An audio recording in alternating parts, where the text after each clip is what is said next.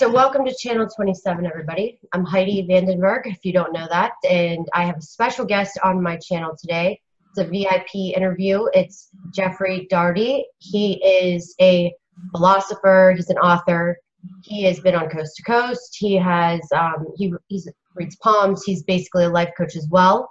And just wanted to interview him, and maybe we may do some readings later because I've done a few shows on his channel and that went well, and we did one last night. So Jeff, why don't you tell everybody how to get a hold of you? I put your links in the bottom just so everybody subscribe to your YouTube channel and everything, but tell us about how to get a hold of you, what you do, and I want to start by asking you how you got into this spiritual path that you're on. Yeah, it's crazy. Kind of a weird story, but the easiest way to get in touch with me or find out about what I do is just go to the YouTube channel. You know, just type in Jeff Daugherty or Christian Whistleblower in YouTube, or Christian Whistleblower YouTube into Google. It'll come up for you easily, and there's a link to the website that's on the Facebook page. But yeah, for 20 years, Heidi, I don't know how many people don't know the story, but for 20 years I was a Pentecostal preacher. Assemblies of God mainly, you know, that's the people that speak in tongues and raise their hands and heal people and cast out devils and all that. So I was hardcore born again. I was sold out the whole route and did that for 20 years, and just got to the place where I began to realize it took me probably 10 years longer than it should have, but it took me a few years to figure out that things weren't right. Things were a sham. Things were not real. Things were not true. And I began to realize that there was a very big difference between the Christian religion and the religion that the Christ himself, you know, came to start and promote. So I basically left that, and now it's been scarily close to 20 years again in the alternative spirituality. So really I've been from the far right side of the spectrum to probably as far left as you can go as well. So it's been a wild ride. I've always done a lot of healing, a lot of, you know, demon casting out, exorcism, cleansing, whatever you want to call it. I do a lot of work now with people, helping them to get their lives straightened out, their memories straightened out, the gaps in their memories filled in, so they can trust their intuition, so they can hear the voice of the spirit, and so they can, you know, be on the early warning system from the divine, and so they can have what I call the comforter activation, which gives you access to everything that the divine knows, just like that. So you don't have to worry about not trusting your intuition.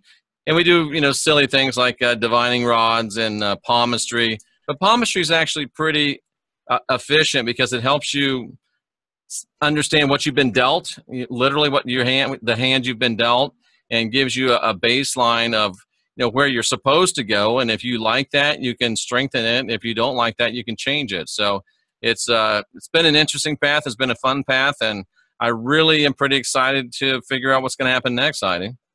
Yeah, you know, palmistry, you know, my Indian astrology, a lot of people in India do that. They read palms. There is a lot of truth to that. I definitely totally agree with you on that one. No, I did not know that there's a lot of palm readers in India. Yeah, there are a lot of them. So, yeah, I mean, I've tried to read my palms, and I actually sent, because my lifeline is really short. It's like cut off real quick. And like how far down your hand? What? How far down your hand? I don't know. It's like. And are you left-handed? I see you looking at your left hand. Isn't that what you're supposed to look at? Well, the left, are you right-handed or left? Right-handed. Well, if you're right-handed, your left hand will kind of tell you what you were dealt. Yes. And your right hand will kind of tell you what you've done with it. So I'm guessing that your lifeline on your right hand is probably longer than your lifeline on your left hand. That is very, very true. Yes. How about that, folks? I'll be here all week. Like, it's really short, though. I mean, the one on the left, it actually splits. Like, I probably should have died way younger. Well, you should have. I mean, if you've got a shorter lifeline, that means that you know, it's kind of like you're a sprinter running in a marathon. You came out real fast and you're really sprinting and running, and then you just kind of ran out of energy and you're just like, you know, really bogged down. It can mean things like a short life, but typically it doesn't. It's more of a indication of energy and health. But with you, I mean, obviously I could, you know, without even looking at your hand, I knew your right one was a lot different, because you've definitely changed that. And that's a great example of, you know, you're dealt a short lifeline, but you've actually made that into a long lifeline by taking the intention and taking the bull by the horns, taking your own reins and running with them. So that's a compliment to you, and it speaks to what type of a person you are. So congratulations. Well, that's interesting. That makes me feel a little bit better. Oh, you should. I mean, that is a tremendous, that's a tremendous victory for you. That shows that you have tremendous strength of character. You have tremendous drive. You know, anybody that knows you knows that. But you've also got really powerful intention. And some people can dream about a lot of stuff, but they can't make it happen. You can really make it happen. I haven't seen your thumb, but your thumb's probably pretty long and low slung on your hand. Long and what? It's low on your hand. It doesn't start up by your fingers. It starts down low. Yes. So you're very, very powerful ego, very strong ego, very ready to rock and roll. So yeah, that makes perfect sense. Yeah, a little bit. I do have a little bit of an ego. Yeah. I think it's healthy, though. I don't think it's bad. I won't mention the fact that you were curling your eyelashes right before we went live. Yeah, I do. Yeah, but you know, it's been 20 years since I've seen one of those eyelash curler things. It's hilarious. They haven't changed in 20 years. It's the same damn thing. No development in that technology whatsoever. That's so funny. Yeah, I don't know what I would do without that eyelash curler. Yeah, but you know, that's interesting. I want you to do my palm reading. So that would be. I'm really interested. I've always wanted to do that, and but that's kind of like astrology. I'm going to say, because your chart is like, I totally think you're given and you know, it's funny. You said you were born with more than, it was kind of a rough birth or whatever, and that's the same thing. The same dasha that I was born in, and how I was born with Mars in the first house. Mm-hmm. That's like a rough birth, like for astrology. So it's just interesting. Oh, it's interesting how it like all intertwines. You know, just they're very complementary. If someone, it's like I was mentioning last night, and with you and Jenny, if there's a lot of it correlates, it goes together. If each of the persons that or each of the practitioners know what they're doing, it really works together and flows together well. And that's why it's so important not to, I think, for people to remain open to different ideas. Oh, astrology is all there is. No. There's a lot there's no reason that you should limit yourself in your understanding, development of different gifts and tools. I mean, it's like, oh no, all I want's a hammer. All I need is a hammer. I don't need any screwdrivers. I don't need any drills. Just a hammer. Ridiculous, right? But that's the way people get. Yeah, and you know what, Jeff? You know a lot of ancient texts, and obviously a lot of my subscribers are your subscribers too. And I'm just adding Lee as the moderator due to the fact that he is so similar to my birth chart.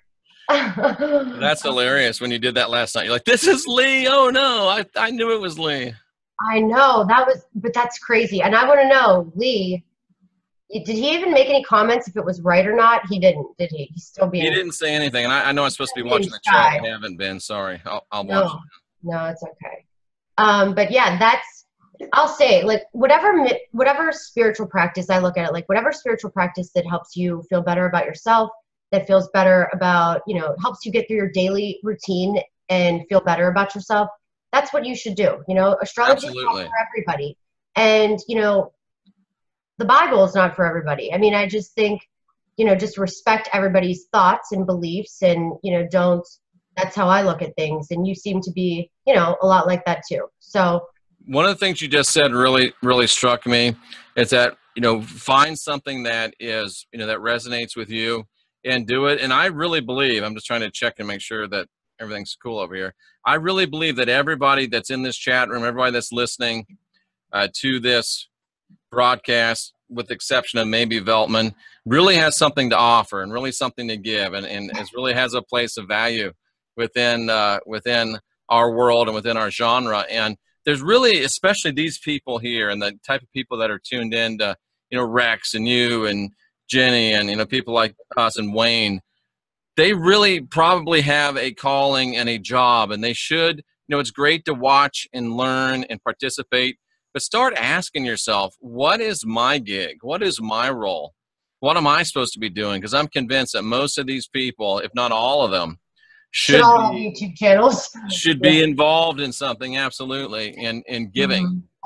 Yeah, I agree. And it's funny because that's how I was, but I would have never been like, oh, I'm going to make a YouTube channel until it all happened with Rex. Yeah, what is that story with Rex? What happened? So Rex and I thought the world was ending last year, and I thought a couple asteroids were coming, and I was a little paranoid and a little You get that way every now and then, don't you? As I remember talking with you too about the hurricanes, like it was, oh my God, it's all over.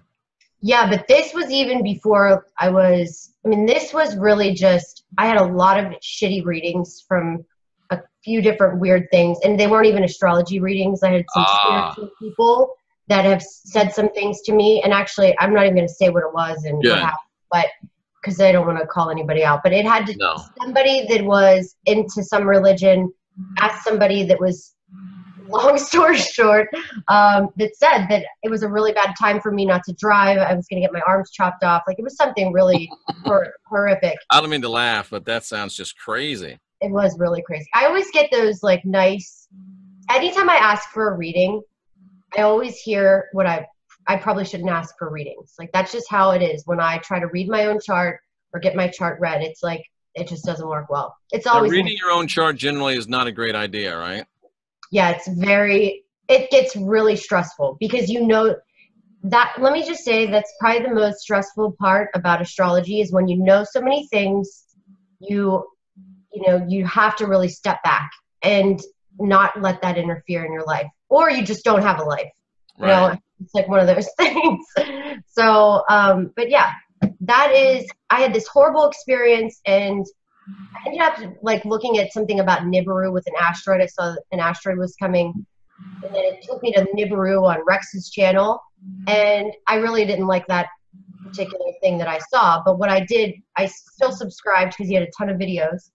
And then so that's how you found Rex, was just through doing a Nibiru search kind of thing. Well, it wasn't even that. It was, I Googled 2016 asteroid, August 26th. That's exactly what it was. Because interesting. And you know what? It was my mom's birthday, and my chart had a death transit.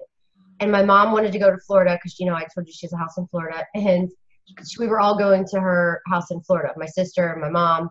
And it was just hysterical because my mom always picks to travel on these horrible days, always. And she's like so practical and so doesn't listen to that kind of stuff. She's a nurse, anesthetist. And she was like, Heidi, and it was my mom's birthday. I'm like, Heidi, you need to stop. Like, you have to settle down. But there was a lot of energy in the air. It was the eclipse. It's always that time of the month. And that's what I'm noticing, though, now. Every year, it's that time of month. It's August. It's dangerous. Notice the patterns. Like, it always comes up. There's a big fear. And so, anyway, a couple months later, I think it was November, then I saw Rex posted something else on the Leak Project. It was something about, he was talking about the economy and Trump. And I was watching that election all day, left and right. And he said some really nice things about Trump. And that's why I kept following him. Did you like President Trump right from the beginning? Since day one. Yeah. When did you first take notice of him? Well, I'll never forget. Many years ago, somebody said to me, I think it might have been my dad. He was just like, he's like, you're gonna, what did he say? He's like, I bet Donald Trump runs for president one day. Like, he was joking. I think he was joking. And so when it happened, I really wasn't surprised.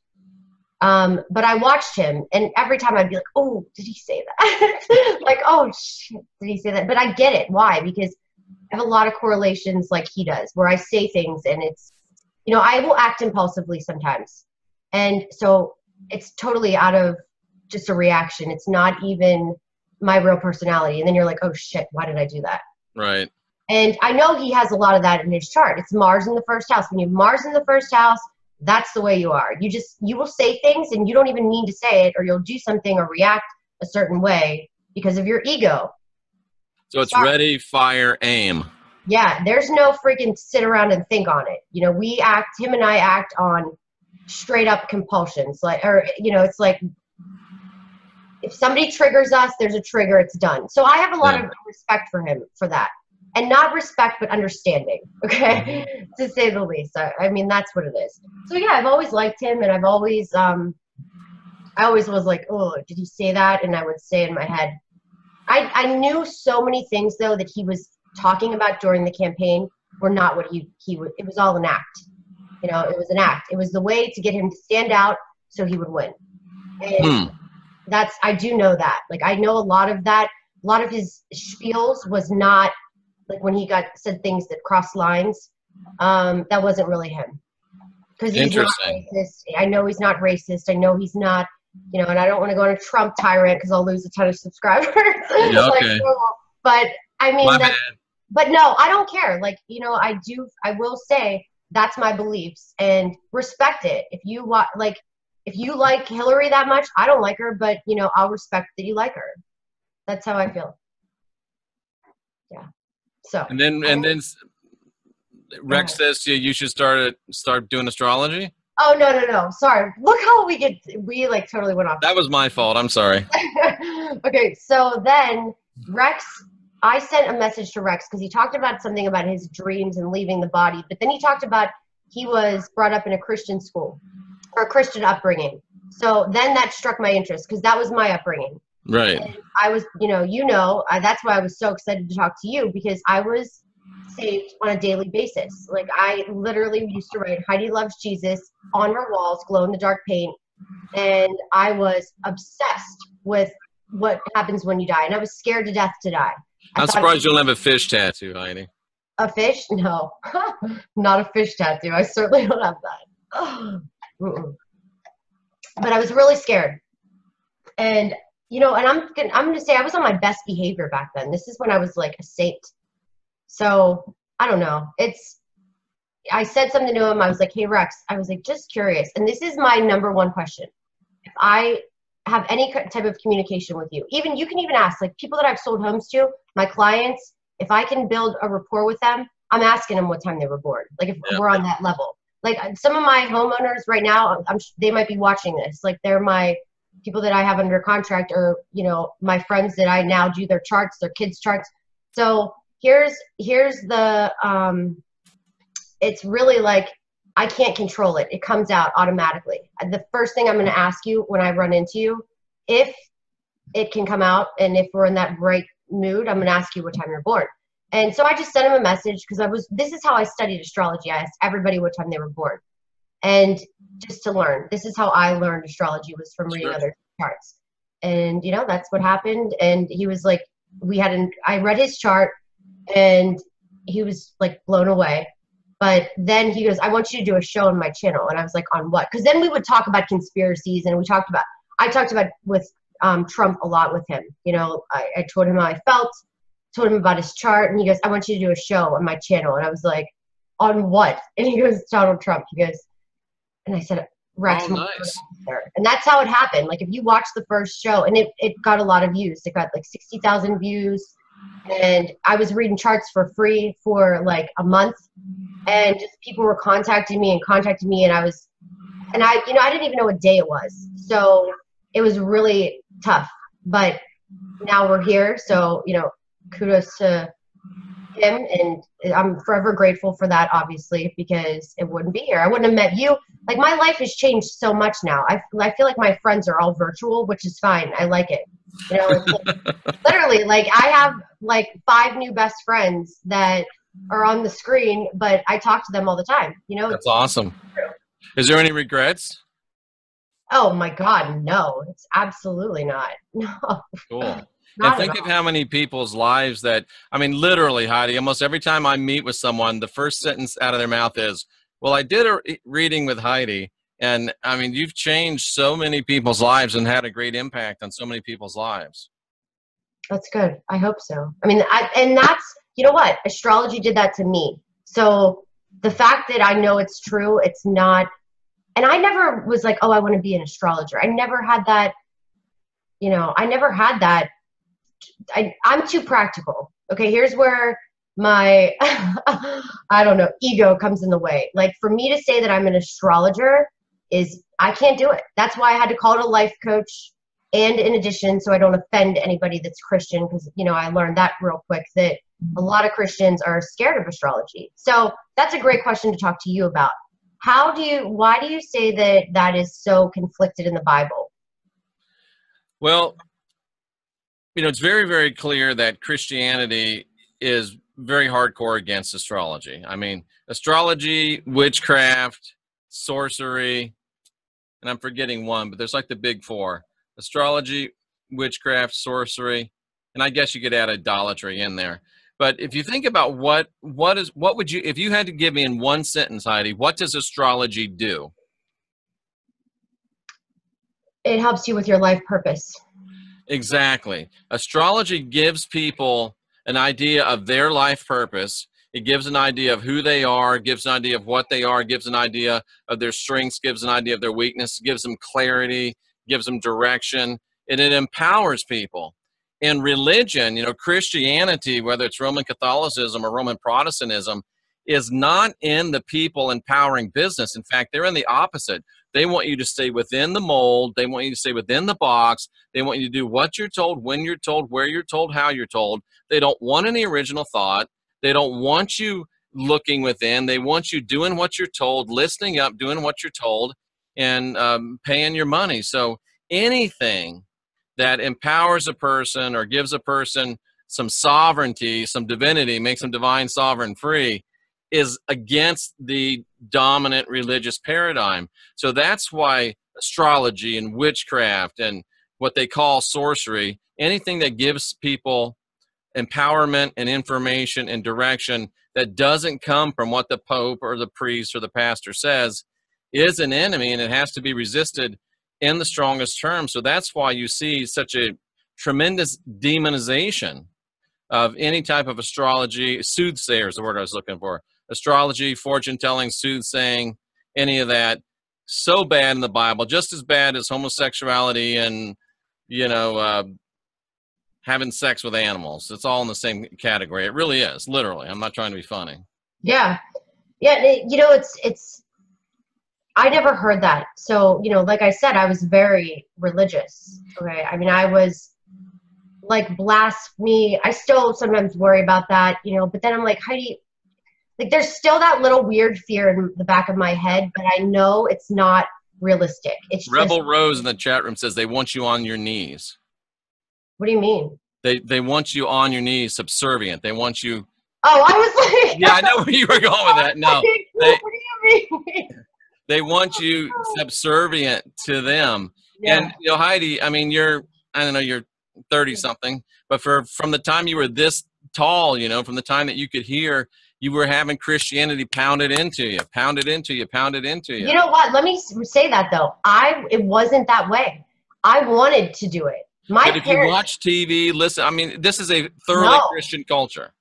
No, I never watched TV. It's funny because. No kidding. Yeah, no, I'm a weird kid. I was a weird kid. I was hanging out with like adults when I was young. I never wanted, I hated other kids because they were. So how did you get on the Jesus thing?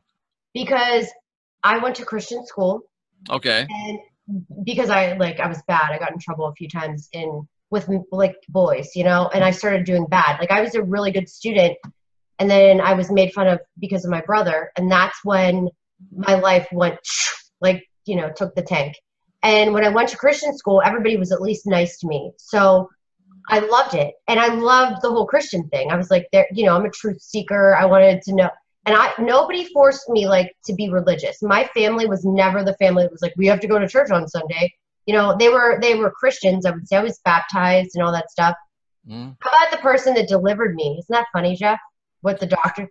Do you remember I sent you that in my baby's book? Yeah, Dr. Darty. That's hilarious. Yeah, no, that was so would you say you were more in love with Jesus or you were more afraid of hell? I was more afraid of hell, hands down. See, that was my point. Yeah.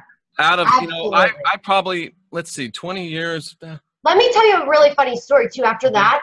So then when I went to college, you know, and this is when I just kind of, I still would say I'm a Christian. I'm not a Christian. Mm-hmm. But like I say, I have my own religion. It's Heidiism. I believe in God. I believe in a higher power. It is what it is.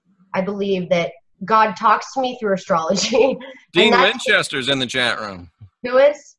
Dean Winchester. That's a supernatural joke. You obviously don't watch Supernatural. I don't watch TV. Okay, there you go. I know. Sorry. Well, I watched The Boys on the internet, so you don't have to have a TV. But anyway, we digress. I'm sorry. No, but so listen, I went to this school and my neighbor or my dorm mates or whatever the hell they were called, the people that live around the corner from you in the dorms. You were like in college. Okay. Yeah, this is college, but she was a Mormon. Okay. And these boys came and talked to her like once a week, and I sat in because I just wanted to know. Oh, interesting. I was loving the Mormon thing. Why? Because you don't go to hell. You go to different levels of heaven. That's right. So I was like, the three levels of heaven. Yeah. And I was like, telestial, and terrestrial.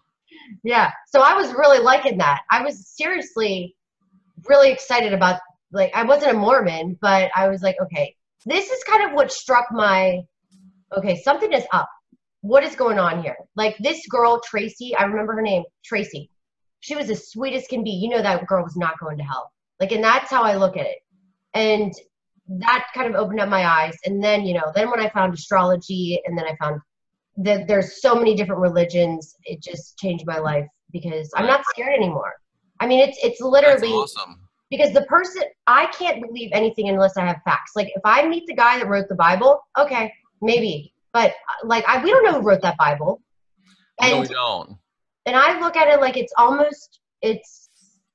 and I said this to you, Jeff, if you got offended if I asked you this, but from somebody that was a Christian pastor their entire life, or rep, whatever you are you a Christian? Like, I wanted to hear what you had to say about that. And I have said, can I ask you that? So, Jeff, are you a Christian?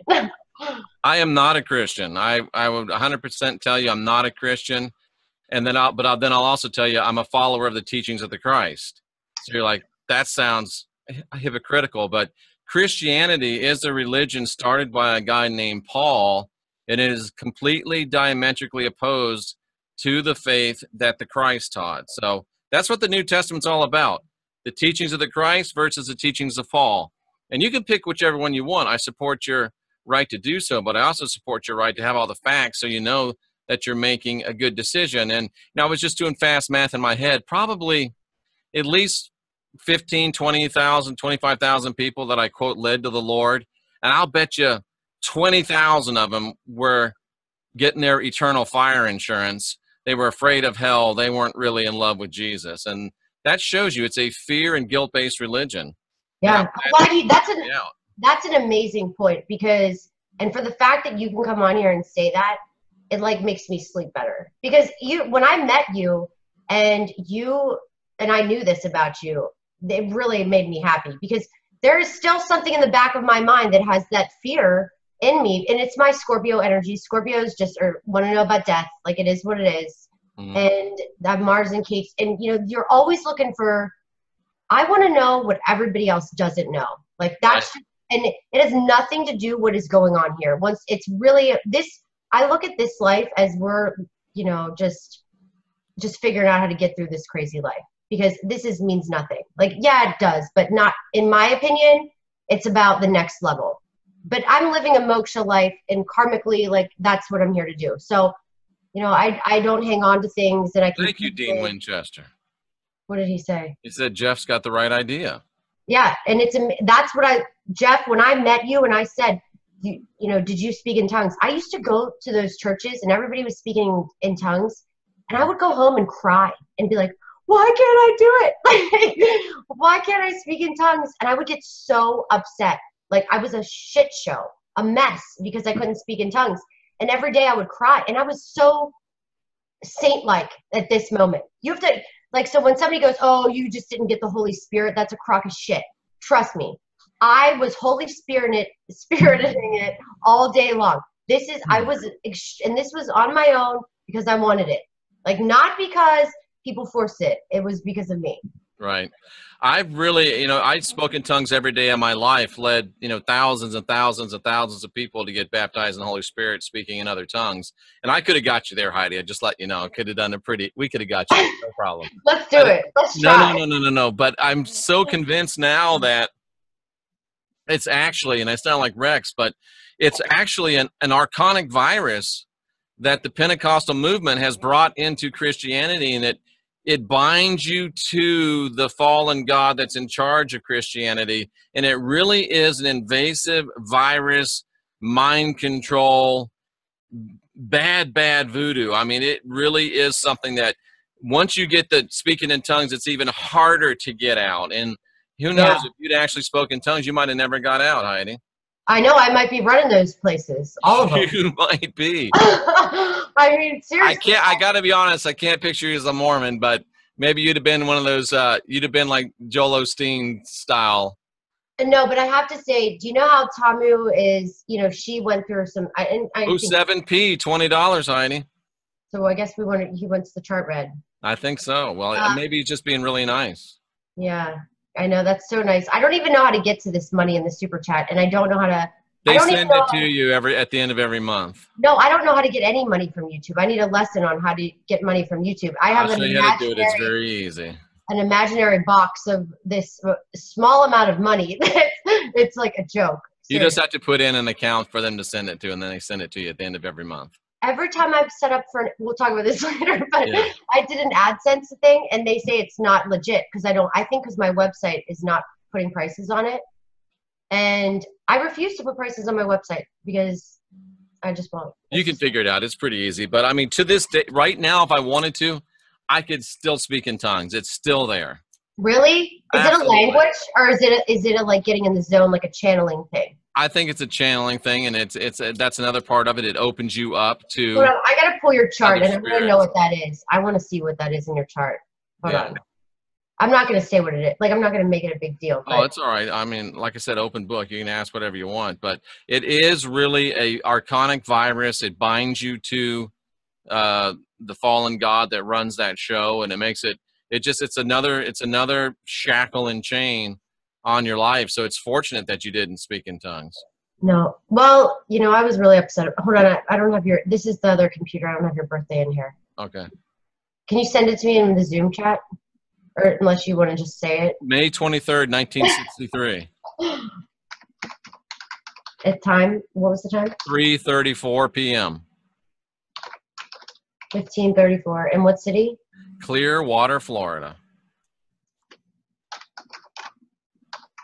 As I sit here right now, I'm probably 4 miles from the spot I was born.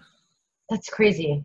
It is, and I've been around the world, so it's kind of nice to be back. And there really is, to me at least, there's something about being home. There really is some type of an attachment, a comfort to the land that you were born on. I don't know if you got to get over 50 to start feeling that, but it's really interesting. Yeah. Where were you born? Pittsburgh. I do not have that feeling. I get nauseous when I think I have to go there. You might in a few years, Heidi. Oh no, never. I will never like going there. Never. Pittsburgh's a cool city. I went there. Really not. I have horrible memories there, and my chart is not designed to like it there. Really? Yeah. So your chart can tell you where you would like to be geographically. Oh hell yeah, absolutely. You will never be like, I will never be in Pittsburgh ever again. Like, I'd rather. No comment. So I just don't like it there. Really? Okay. Interesting. Don't like it. I would always say, like, if I have to go there for Christmas, I have to go there. If somebody dies, that's when I have to go. Like, and my family knows that. They know this is legit. Like, this is how I think. But I don't have any good memories there. The minute I literally could leave, I was gone. And I never came back. Interesting. Yeah. Very interesting. Well, you're definitely a woman of strong passions, aren't you? It's just either or with you. It's black or white. Oh, it's black or white. There's no gray. Yeah. There's no gray. I wish there was a little bit of a gray. I like the color gray, but I also like the colors black and white. But when it comes to my mental, yeah, I'm not open-minded like that. People are like, you seem like you're very Sagittarius, and I'm like, absolutely not. I am like, oh, it's bad. I'm very black and white, hands down. But yet you were able to go from a hardcore Christian outlook to now being a person that practices Vedic astrology. Yeah. Yeah. And then, you know what, if I find something better, I go to that. Like, yep. I'm never closed-minded to it. That's how I look at things. I'm not going to be, you know what? Let me tell you something about you. Sorry. Tell me something about me. So I don't really know where that speaking in tongues is even coming from. Maybe this whole, I don't know, man. I don't know. I don't even see that in your chart. Like, I wouldn't say, maybe Neptune, that could do it maybe. But it was just part of the gig, Heidi. It's part of what you had to do. God, that's crazy. But did you have to learn it? Like, how did you start doing it? Tell me what happened. What happens is you get yourself into a prayer, and this is what I used to always teach people. Start praying, start worshiping, praying and worshiping, and then stop using English. And when you stop using English, you'll feel some utterance come into your mind, into your heart, and you just start speaking it out no matter how silly it sounds. And then once you do that, it just starts flowing. You know what? It's got to be Rahu and Purnavasu. Because that, you know what, that makes sense. Because Rahu is an illusion. It's connecting. Remember, I always talk about this. And Rahu. Oh, that's powerful, Heidi. That's so good. It is an illusion. It is. So Rahu and Purnavasu. It's an illusion of power is what it is, because they teach you it's power. Yeah. You receive power after you get your prayer language. So this is interesting because let me tell you this. Sorry. It's not real. No, Maximo sees it is not real. It's real, but it's a like I said, it's a virus. It's a deception. It's a virus. That's interesting. So Purnavasu Nakshatra sprawls throughout Gemini and Cancer. So it's in two signs. And I will say this, people that have a lot of planets in Cancer are like the priest that was at my brother's funeral. I asked him and he knew he was a Cancer. And there's a lot of Cancers that are very religious. And even was he a priest or a preacher? I don't know. He was like Catholic or Protestant? And not Catholic. Okay, so he was a pastor, a minister. Yeah, pastor. And you want to know a funny story? I used to go to Catholic churches, and I would go up and I would call those pogs, those styrofoam things, the communion. And like you have to take them, you stick them in your mouth. I didn't know what to do with it. And I took it because I didn't know you couldn't take communion. And I just like followed the drill. Everybody else was going and I like crossed my hands and I just went with the flow because I didn't know you had to like be communized or whatever the hell it's called. And somebody asked in the chat room, is it channeling? Yeah, it really is. It's channeling. Yeah. You're channeling the spirit of a fallen God, and you're tying yourself to that fallen God. And Jeff, I'm going to say something. Channeling, it's like if I gave you a reading, you have that gift. So that's very easy and simple. Like Maga, Mars in the 12th, that's like somebody that can leave the body in dreams too. But then Rahu in the 9th, that's like channeling to other realms in Rahu. It's extreme. So absolutely. I'm from, it was Assemblies of God mainly. I started off in the Church of God in Christ, which is I'm answering questions on the chat room. Yeah. I started off in the Church of God in Christ, which is about 99% black. I was there for about 3 years. Then I went to the Assemblies of God. Then that was too liberal for me, so I went to the Church of God, Cleveland, Tennessee, and wound up on my way out being a Sabbath-keeping Pentecostal, meaning I thought going to church on Saturday was important because that was the real Sabbath. So yeah, I was really searching. And it's funny because towards the end when I was still a preacher, and this still happens to me now obviously, but I'd be up preaching and like I would see people in the audience and I would know what was going on in their life. Just know it, just boom. Yeah. And I would, I started telling people, and this one guy is like, look, here comes the cat. There's this one guy, he says, say it over the microphone. I'm like, no, you don't want me to say it over the microphone. He goes, no, please say it over the microphone. I said, no. He goes, say it over the microphone, please. This is okay. You're addicted to internet pornography. And it was true. And I mean, it's just, I was reading. And you would say that and call people out like that? Well, he made me. He said, say it over the microphone. So I finally did. The guy that I was trying to tell him in his ear. And he wouldn't. He said, no, say it on the microphone. So. Oh, my God. Yeah. You know what? I just had a really weird vision, like, of you. And if you were, oh, my God, this is so funny. But I could just imagine you being in, like, that church. And I would be flying up to those altars every day. Every day you go to church, you go to get saved. Like, every day you re-get saved in a way. You do. There's tons of people that are exactly that way. Oh my God. And then I would leave and I would be like, why do I feel so guilty? What the hell? I didn't even do anything. See, that's the beauty of it, Heidi. It sets such a, take every thought captive for Christ. Don't have any bad thoughts. If you're thinking about adultery, it's just as bad as having done it. If you're thinking about something just bad. See, the whole thing is to keep you feeling guilty because it keeps you what? Coming back to church, coming back to the altar. Yes. It's by design, Heidi. That's the way it's set up. That is what, let me just say, I'm going to be very honest here. That is what screwed me up. Like that right there. I would leave and just have to apologize for every thought that I thought that was like bad. Like if I thought about my teachers, like, because I have a lot of like, I had a lot of crazy thoughts as a young child, like a young kid. Like I was always thinking about some wild shit. Like it was always like older people, and you know, I was having some weird thoughts as a young adult, to say the least. I wasn't playing Barbies. I was playing like, let's play bar, let's play house. Yeah. And I was like, you know, I was not a normal kid. When I was 5, I thought I was 15. This is how I grew up really fast. You've never been normal, and you never will. I mean, very few of us are normal. Yeah, but then I would be like, oh my God, why do I, like, I would I would, I can't believe I'm saying this, but it's true. I would seriously think like about the thoughts that I had, and then just go, it was so depressing. And then I would go get saved, go get fixed, or whatever you call it, then go home and have the same shit, like same things. I'd be like, why can't I stop thinking about it? Why? Because you can't. Number one, because you're human, and because number two, they keep telling you the classic, don't think about a white elephant. And what are you thinking about? A white elephant. And that's what they're telling you. Don't, to make sure that you do. So you feel really bad. So you keep coming back. Yeah. It's locks you in. It's a fear and guilt control matrix. Somebody said a comment, Jeff is surrounded by Scientologists in Clearwater. I actually thought about that too. And you have made a comment about Tom Cruise. So what are your thoughts on Scientology?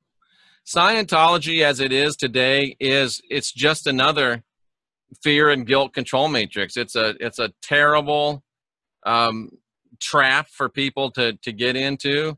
It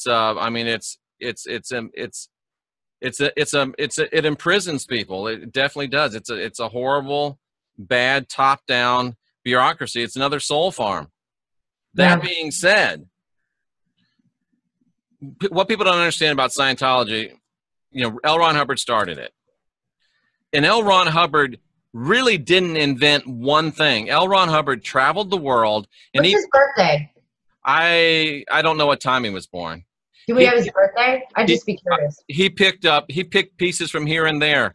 And he picked a lot of spiritual technologies that are very effective. So within Scientology, within the mass of this huge monolithic bad thing, there are some very, very powerful and useful spiritual technologies within the system. And there's a lot of people there's people in the system that are good people. So even though Scientology is bad, there's some things within it that are very practical, very useful, and they didn't come from Scientology. There's nothing original in Scientology. Scientology is bits and pieces from everywhere. So I don't know if that answered the question, but.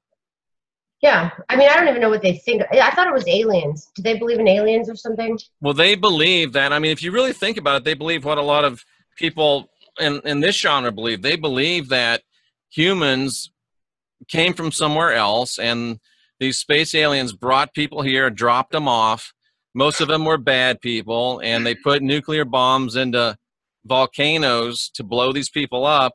And all of the problems that we have are the disembodied spirits of those other people that attach onto us. So we have to go through our life and they're called thetans, get all these people off of us. But when you think about it, kind of makes sense. It sounds a whole lot like what a lot of these other people here do. But the thing about Scientology is you go in and they do this auditing, and you have to, you know, you confess all of your bad thoughts and stuff, just like Christianity. Yeah, Heidi, they record it. Oh my God. So if you ever want to leave the church, they'll say, oh, really? They'll sit you down and they'll hit play. Here, really want people to know about this. Hold on, I got the birthday of that guy. L. Ron Hubbard. Lafayette Ronald Hubbard. Oh my gosh, let's do this. This will be interesting. I don't. You know, that's funny though, because, and that's once again, here we go. But it's like they took, that might be somewhat of the truth, like some of the religion part of it, or whatever the hell you want to call it, religion, or might be like part of the story of what really goes on.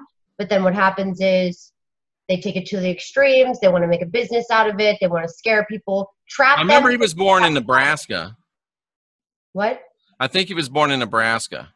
Yeah, we have March 13th, 1911. Yeah, Tilden, Nebraska. Mm-hmm. It doesn't say what time. I Googled time. I don't get it. Yeah, I'm going to read it like the normal, like, you know, just pretending like I don't have the time, which But I it's don't. just, I mean, the one thing I don't, well, anyway, we'll just leave it at that. What? Go ahead, say it. Say it. No, the only thing I was going to say is a lot of people, you know, will, you know, jump up and, you know, say bad things about Scientologists and Scientology should be shot and all that. But what I always think about is who's going to be the next unpopular religion. So people have a right to be Scientologists, and Scientology should not be discriminated against because they're Scientologists. This is crazy. I cannot explain to you these patterns that are in every single person that is like extremely religious, and I'm not saying about what religion, okay? Right. But let's just say this. The guy that started the cult, what is that cult? The Waco, Texas thing, right? That was David Koresh. Yeah. He had a lot of planets in Revati, like me. My moon is in Revati alone. Okay, so I'm noticing a new pattern here. Revati Nakshatra, that's why my channel is named Channel 27, just so everybody knows.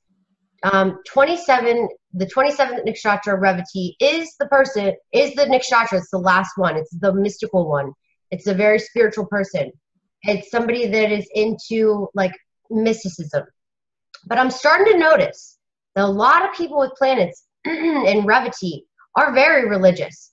And like, and like can go either way. I'm noticing specific nakshatras that are extremely religious. Now, he's got the liberal chart, like the Clintons, like everybody else. Jupiter and Venus conjunct, or Jupiter and K2 conjunct. Everybody that has Jupiter and K2 conjunct ends up getting on like the bandwagon. The Pope has this. Okay, it's funny because Scientologists are typically very libertarian. They were all about Ron Paul. Let me tell you so much that I will say that one of the scariest charts I've ever seen is the Pope, hands down. This guy now? Yeah. Pope, what's his name, Francis? Yeah. And people were like, oh, he's so great. No, he is sketchy. Let me just say that. And I will respect him because he's older than me and he's an elder or whatever you want to call it. But like, I guarantee you, he is not the person that we think he is. Well, let me say this. Let me blow some people's minds, Heidi. There's more truth in Scientology than there was in the Assemblies of God. How about that? There's more. Say that one more time. There's more truth in Scientology than there was in the Assemblies of God. Yeah, that makes sense. Yeah.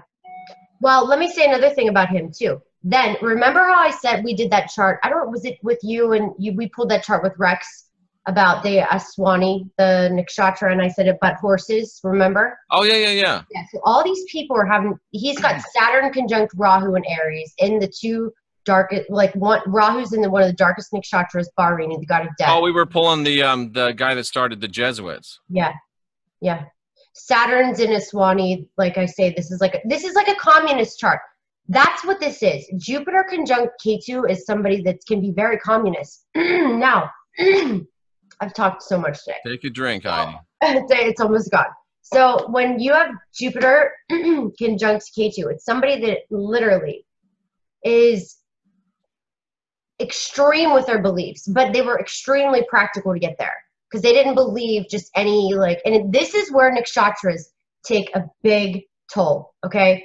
Because Jupiter and K2 in Vishaka nakshatra, that's very liberal, like down that route of, the Pope, the Hillary Clintons, the Podestas, all that. That's how this chart looks, okay? This is all that chart. Sun and Mercury, this is like the George Soros chart. Really? Yeah, George Soros mixed with the Pope, mixed with some Clintons. That's interesting because a lot of people have speculated that it was L. Ron Hubbard that gave the money to build the Georgia Guidestones. I don't even know what that is. Sorry. But L. Ron Hubbard did not say, I'll make $1 billion by starting a religion. That was actually Heinlein, and it was wrongly attributed to L. Ron Hubbard. A lot of people say Hubbard said, if you want to get rich, start a new religion. He didn't say that. Robert Heinlein, another science fiction writer, did. And you got to remember, Hubbard was right up there with all the science fiction writers, with Napoleon Hill, with W. Clement Stone, with Zig Ziglar. He was a self-help teacher. It wasn't until somebody stole his stuff that he turned it into a religion. And put it copyrighted it.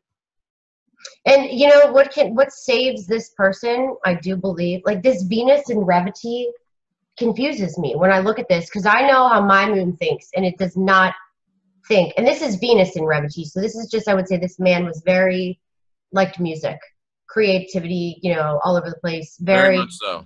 And I would say this man also couldn't stick to one woman. He had he was lots very of women. much well, I mean, women were obsessed with him too. Absolutely. And yes, I am sure, Max. But Jack Parsons, who was a contemporary of Aleister Crowley, who was the father of NASA, Jack Parsons and Ron Hubbard were best buds, and they were trying to bring the perfect woman into Jack Parsons' life.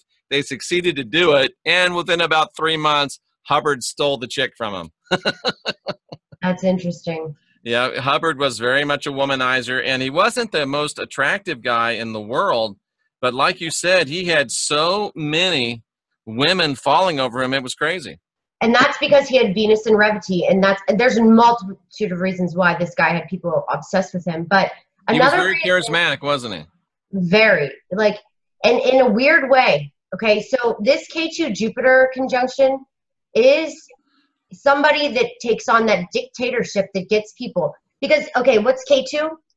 I have K2 in my first house with Mars. Like, if I was in the military, I would be like one of the top dogs in the military. I'd probably be like a sergeant, one of the high up. A colonel or a general. Something, I'd be high up. People would respect me. But since I'm not, I act like I'm in the military just in my everyday life, right? Then people think I'm weird. So when you have I look at charts like this very openly.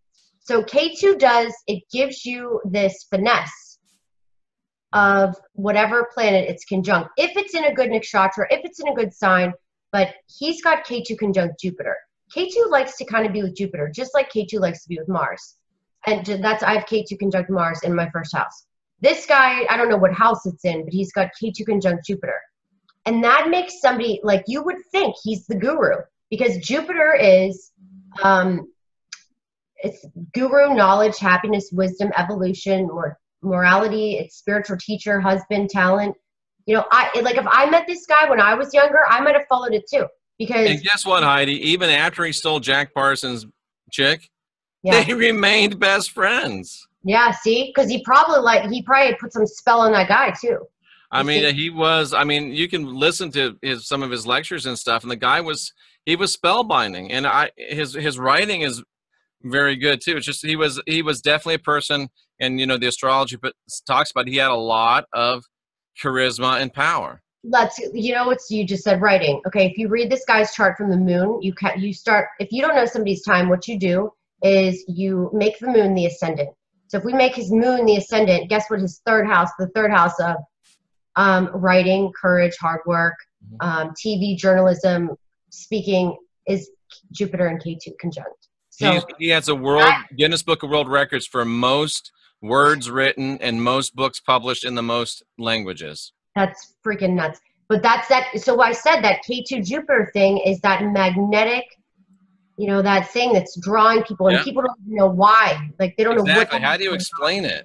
But it just was. Just like the Pope, though, is the Pope. Yeah, I mean, I don't get the thing with the Pope, but like you said, people love him. Yeah, they do. They think he's the first Jesuit Pope, by the way. I don't understand all that. Clearly, there's some, here's my opinion. I know nothing about, I think it's odd that, Jerusalem, and there's so much protection there. There's just so much, obviously they're in control. It's just common sense. It's really simple. I mean, if you can live in Jerusalem or that area, and you can say it's sacred or whatever, which it is, clearly, but they made it sacred. That's how I believe.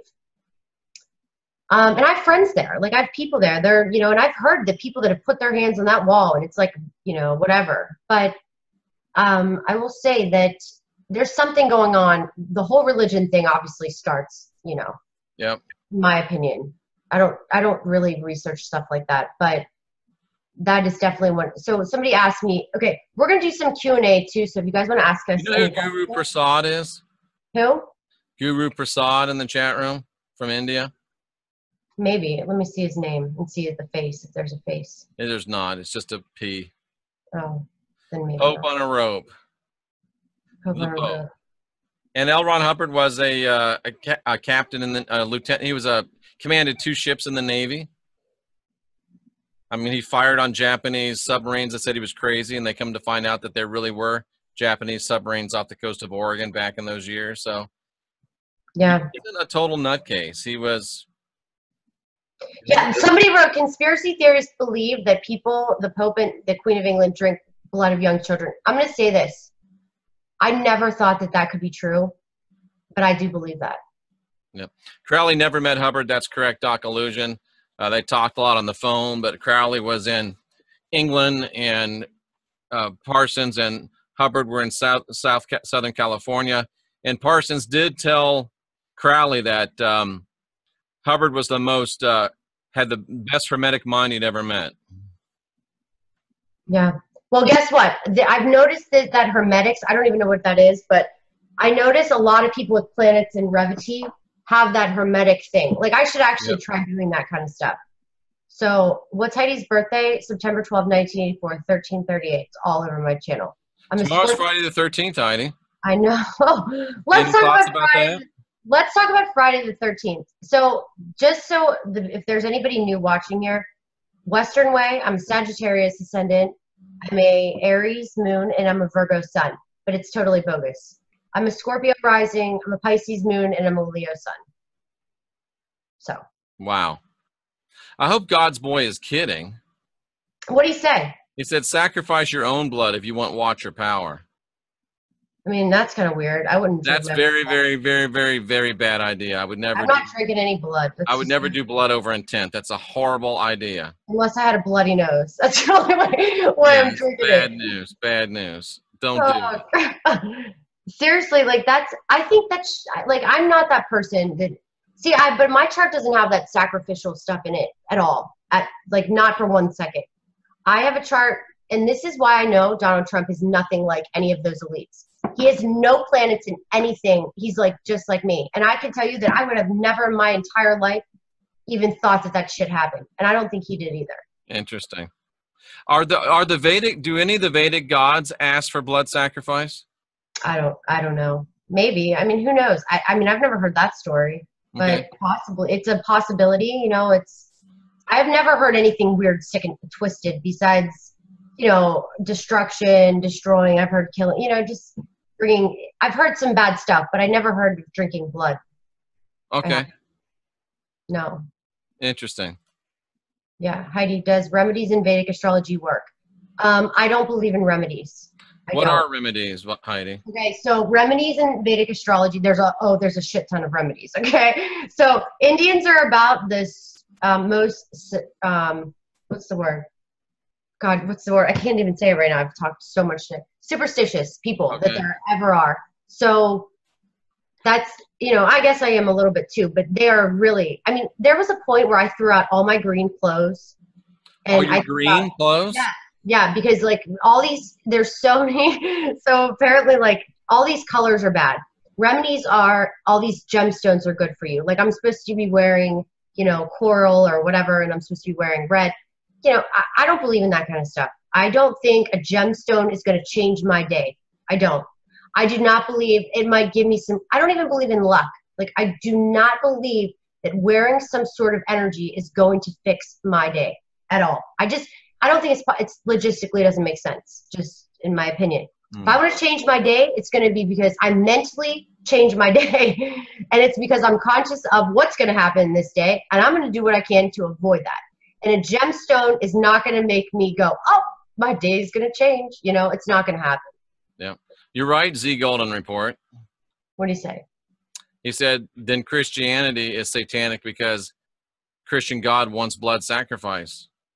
Like anybody that needs to sacrifice things is just effed up. Sorry, guys. In my opinion. Like, and what about the God, Heidi, that asked it and requires it? Wouldn't you say he's effed up too? Yeah. Like personally, nobody's asking me to sacrifice anything because I'll say, go sacrifice yourself if it's that important. Exactly. I'm never going to kill an animal. Like if somebody says to sacrifice a lamb, that person should be sacrificed himself. That person's leg should be cut off. Like that's my opinion. How do you really feel, Heidi? I hate people that kill animals. Yeah. I hate like if you can kill something that is, and you can hurt something and abuse something that is innocent, you're a fucked up individual. And that's the truth. And we're not savages here. We're not like starving around like without food. You know, I have to agree with you. we're not living. Are you a vegetarian person? I don't eat much meat at all, like rarely at all. And I've never really craved it. So I'm really conscious about what I eat with meat. Like I try not to, but if it's in something, I'll eat it. I'm not, you know. Yeah, I see what you're saying. Interesting. If you look at your wrist, do you have a lot of like lines, like bracelets on your wrists? Yeah, lots of them. That typically means that you're very lucky. Oh, that's good. I mean, lots of them. Oh my God, that's so weird. I figured you were probably pretty lucky. That just means you're really lucky. 1, 2, 3, 4, 5. I have about 6 bracelets. Yeah, so you're very lucky. Yeah. 6 on the right, 3 on the left. Yeah. And again, what does that tell you? That I made my own luck. Exactly. You make your own luck. Bam. How good is that? Does Heidi eat ice cream? Yes, love ice cream. Lots of ice cream. Guru Prasad, I did go to India very briefly. I just went from the airport to the Marriott, and then I was actually there with a pastor that was opening a thing in conjunction with Mother Teresa's House of the Dying. So I was just in and out, but it blew my mind for the 48 hours I was there. It was wow. Some of these comments, like I know I gave some of these people. Robert, you're bothering me right now. So literally, he said, "I'll kill a lamb and sacrifice it and eat it." That's probably why you're in this. Caldera, yeah. Yeah, so that's probably why you're in the scenario that you're in. Just saying, and I'm not going to blow your spot here, but I know your chart. So. Oh. Yeah. So I'm going to be honest. Like you're not in a good situation, and that's probably why you probably should stop killing lambs and animals, and you wouldn't be in the situation that you're in. It's been said. Who said it? The guy that wrote War and Peace. What's his name? Leo Tolstoy. What did he say? He said, "As long as there are slaughterhouses, there will be battlefields." So, you know what? Like, this is going to be an ugly. So, do I like hunting as a sport? No. I think hunting is fucked up. Sorry. You want to see me on a tirade? It's probably when I talk about Donald Trump and hunting. And it annoys me. That's one of the only things that I don't like about him is that family hunts. But I get, when you have planets in Ardra, you hunt. It's in the chart. Does Trump himself actually hunt? Somehow I can't see Donald Trump hunting. I feel like he might not. He doesn't even hunt for his golf ball when he hits it off the fairway. He sends somebody else to it. Yeah, like I'm actually really surprised he actually likes golfing as much as he does. Yeah. He very much likes it, that's for sure. Yeah. That's more Aquarius. A lot of Aquarius is like golfing. Yeah. Somebody says K2 caused the eclipse. Heidi thinks so, right? No, Rahu. Oh, Rahu, not K2. Mm-hmm. Yeah. So hunting as a sport, I was engaged to somebody and I left him because he was a hunter. That's the truth. Wow. He decided to get me to track. So I tried to accept it for like 10 seconds. And he used to video himself in the woods and be like, and I actually set him up with my best friend. Now they're married. So that's the kind of person I am. Wow. Like, I'm done. So this guy that I was with for many years, we were engaged, bought a house together, blah, blah, blah. He's a nice guy. But I could not get on the bandwagon about the hunting. And he used to go, like, what you'd be like, what do you want to do what do you want to do? He'd be like, I want to be a professional hunter.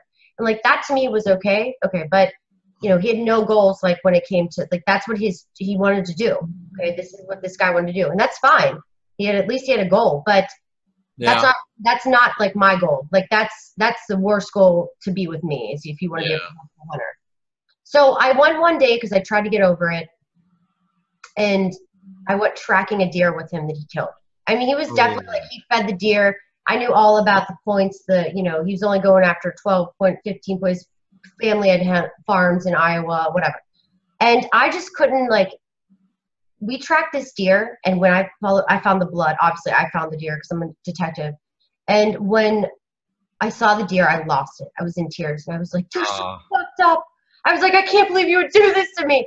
And like, it was horrible. And I just thought the whole time about how that deer got shot, stabbed with an arrow or whatever, and then had to suffer and just run that whole I just thought about that. He was a bow hunter. Yeah. I thought about that deer the whole time, like during the run, like that track, you know. Heidi, like, do your readings show if someone is an indigo, crystal, or rainbow child? I mean, I don't even know what that is, but I can see if Okay. somebody is definitely, you know, a little unique. I Yeah. gotcha. Oh yeah. I gotcha. Does astrology say anything about a hollow Earth or an opening in Antarctica? I don't know. Okay. Just give me questions out of the Those chat are room. great You asked me to questions, watch though. the chat room, so. Yeah, no, that's good. Keep reading those questions. It's great questions. Yeah, because and this is just me personally. And if you hunt, it's not like you can't be a subscriber to my channel. I'm going to hate you. It's just like I would never be with somebody or date somebody or have somebody in my life that was a hunter, because I would think like, why don't you? I think of it like you could go sit down at the courthouse and do a lot better. Like you knock off a lot better people that probably shouldn't be here. You know, Very interesting. so, like that's sick, but it's true. Like there's a lot of humans that do some shitty things, not innocent animals wandering in the woods.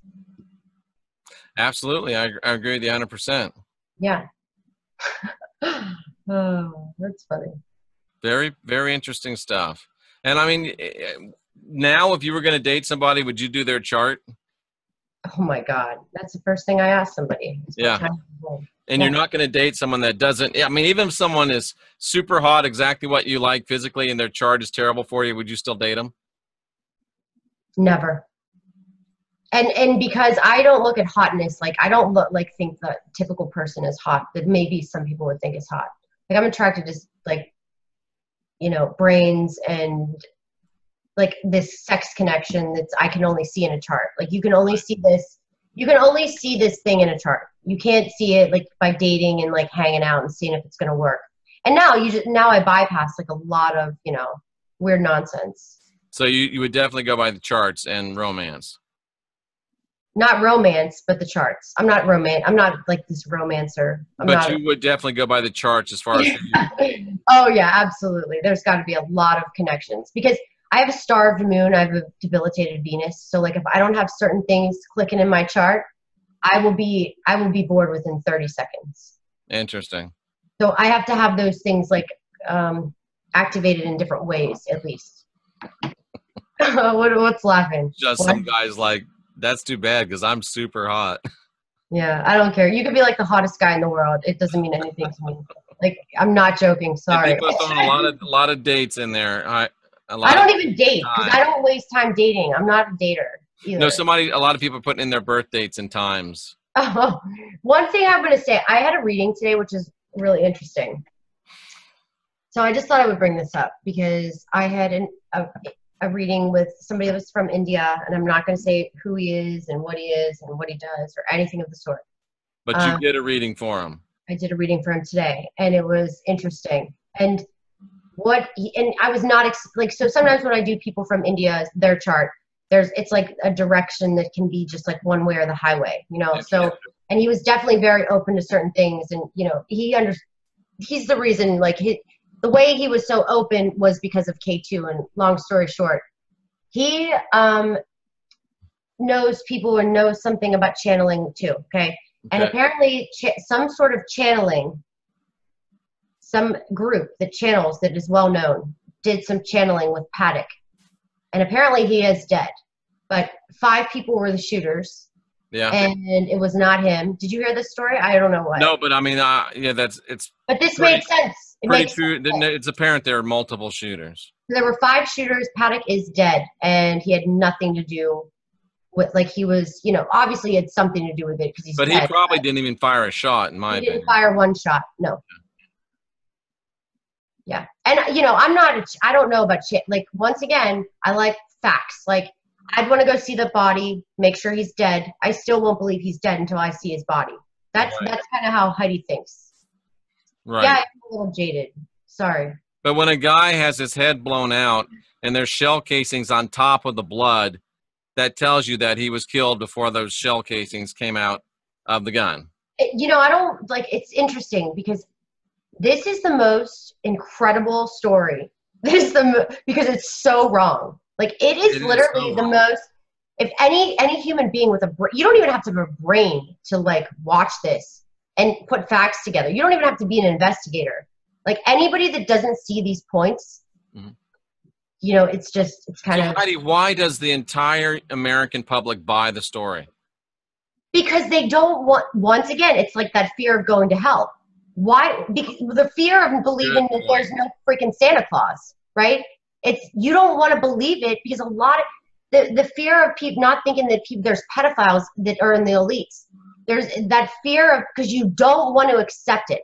The majority of human beings, I'd say probably, in my opinion, 75% of people probably would rather not know. Why? Isn't that sad? Yeah, because, you know, they don't want to know. They don't want to think it's true because literally they know if they do think it's true, it will ruin their entire life because they can't handle it. Mentally, they can't process it. And that's fine. Like, there's nothing wrong with it. Props to them, to be honest with you. Yeah. That's just some optimistic, great stuff. But, you know, it's like very so much of you go to that brainwave thing. You just, it's like how sometimes people that are very religious, extremists, whether you're Muslim, Islam, or you're an extreme Christian, they go one way or the highway and they will rip heads off, you know, and that's the problem. If those people were to, when they find out, like there's a little more to the story, they're going to be so angry because their entire lives, they believed a story that they fell for, just like Santa Claus. I will say this. When I was young, I found out really early Santa Claus was, my babysitter told me, I was so pissed. And I was young. I was so mad. I was mad at my parents. I was so freaking mad. I didn't talk to I'm still mad about it. Like, I was like, they can't believe they lied to me.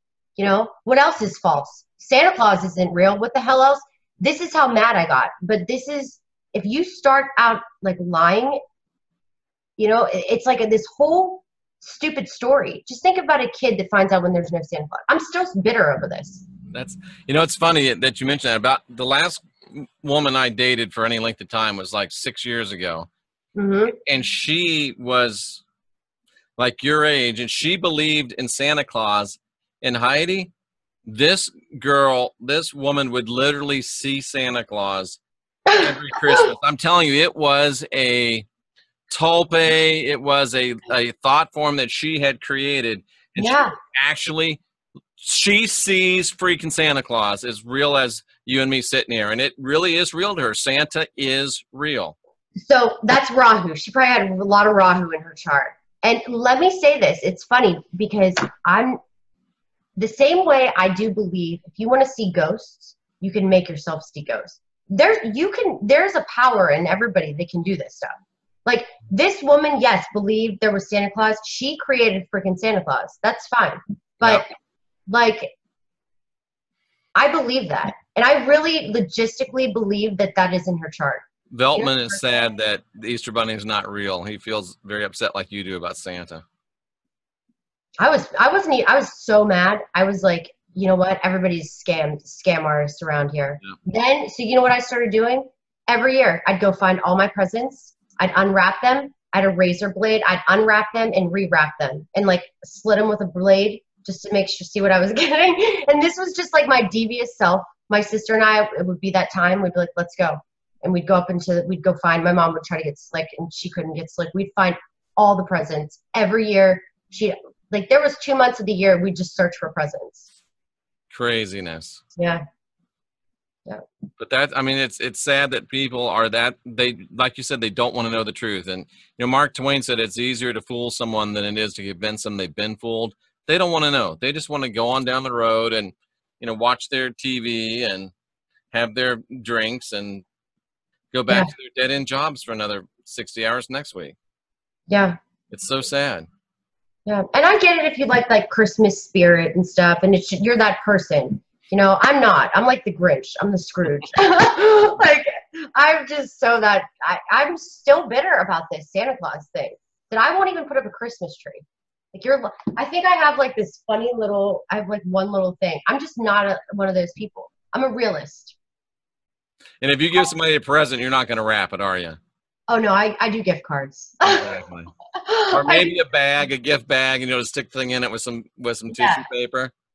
Oh yeah, totally. But I'm really good at wrapping, and I am really creative when it comes to like art. believe it or not, I'm actually pretty artistic, but I just don't like, I'm like being practical. Like, you want a present? Here's a gift card, you know? I mean, it always fits. They always like Yeah, it. right. You know, there's never any problems with it. So Right. why not?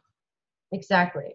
And my sister thinks that's so screwed up. She's like, can you just put a little thought into something? And I'm like, no. Does Dad want Home Depot, or does Dad want like the hardware store? What do you think's best? Yep. You know?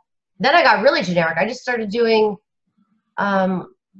what is it? Just Like get American the Visa Express. gift cards, man. Yeah. Then I just got, like, I used to try to personalize it. I mean, I even do that with my grandkids. I'm sorry. And I don't even give them real gift cards anymore. Amazon virtual gift card. Send them an email. Boom. There you go. Done. That's so funny. Well, now, oh God, I don't do cards. I'm the worst. I should do cards because I guess people like cards. Santa equals Satan, says Flat Earth. True. All right, let's do like 3 charts. Okay, let me. Well, we'll do as many as Jeff can handle, because I could probably sit here all night, but Jeff, we won't do that. You've been doing them all day long, haven't you? Yeah, I have. I've done a lot of readings today. So you want to, let's see. Somebody, well, obviously somebody donated. We'll do that one. I got him. I'm up there. I'm on You have that birthday? Yep. Good job. July 8th, 1988.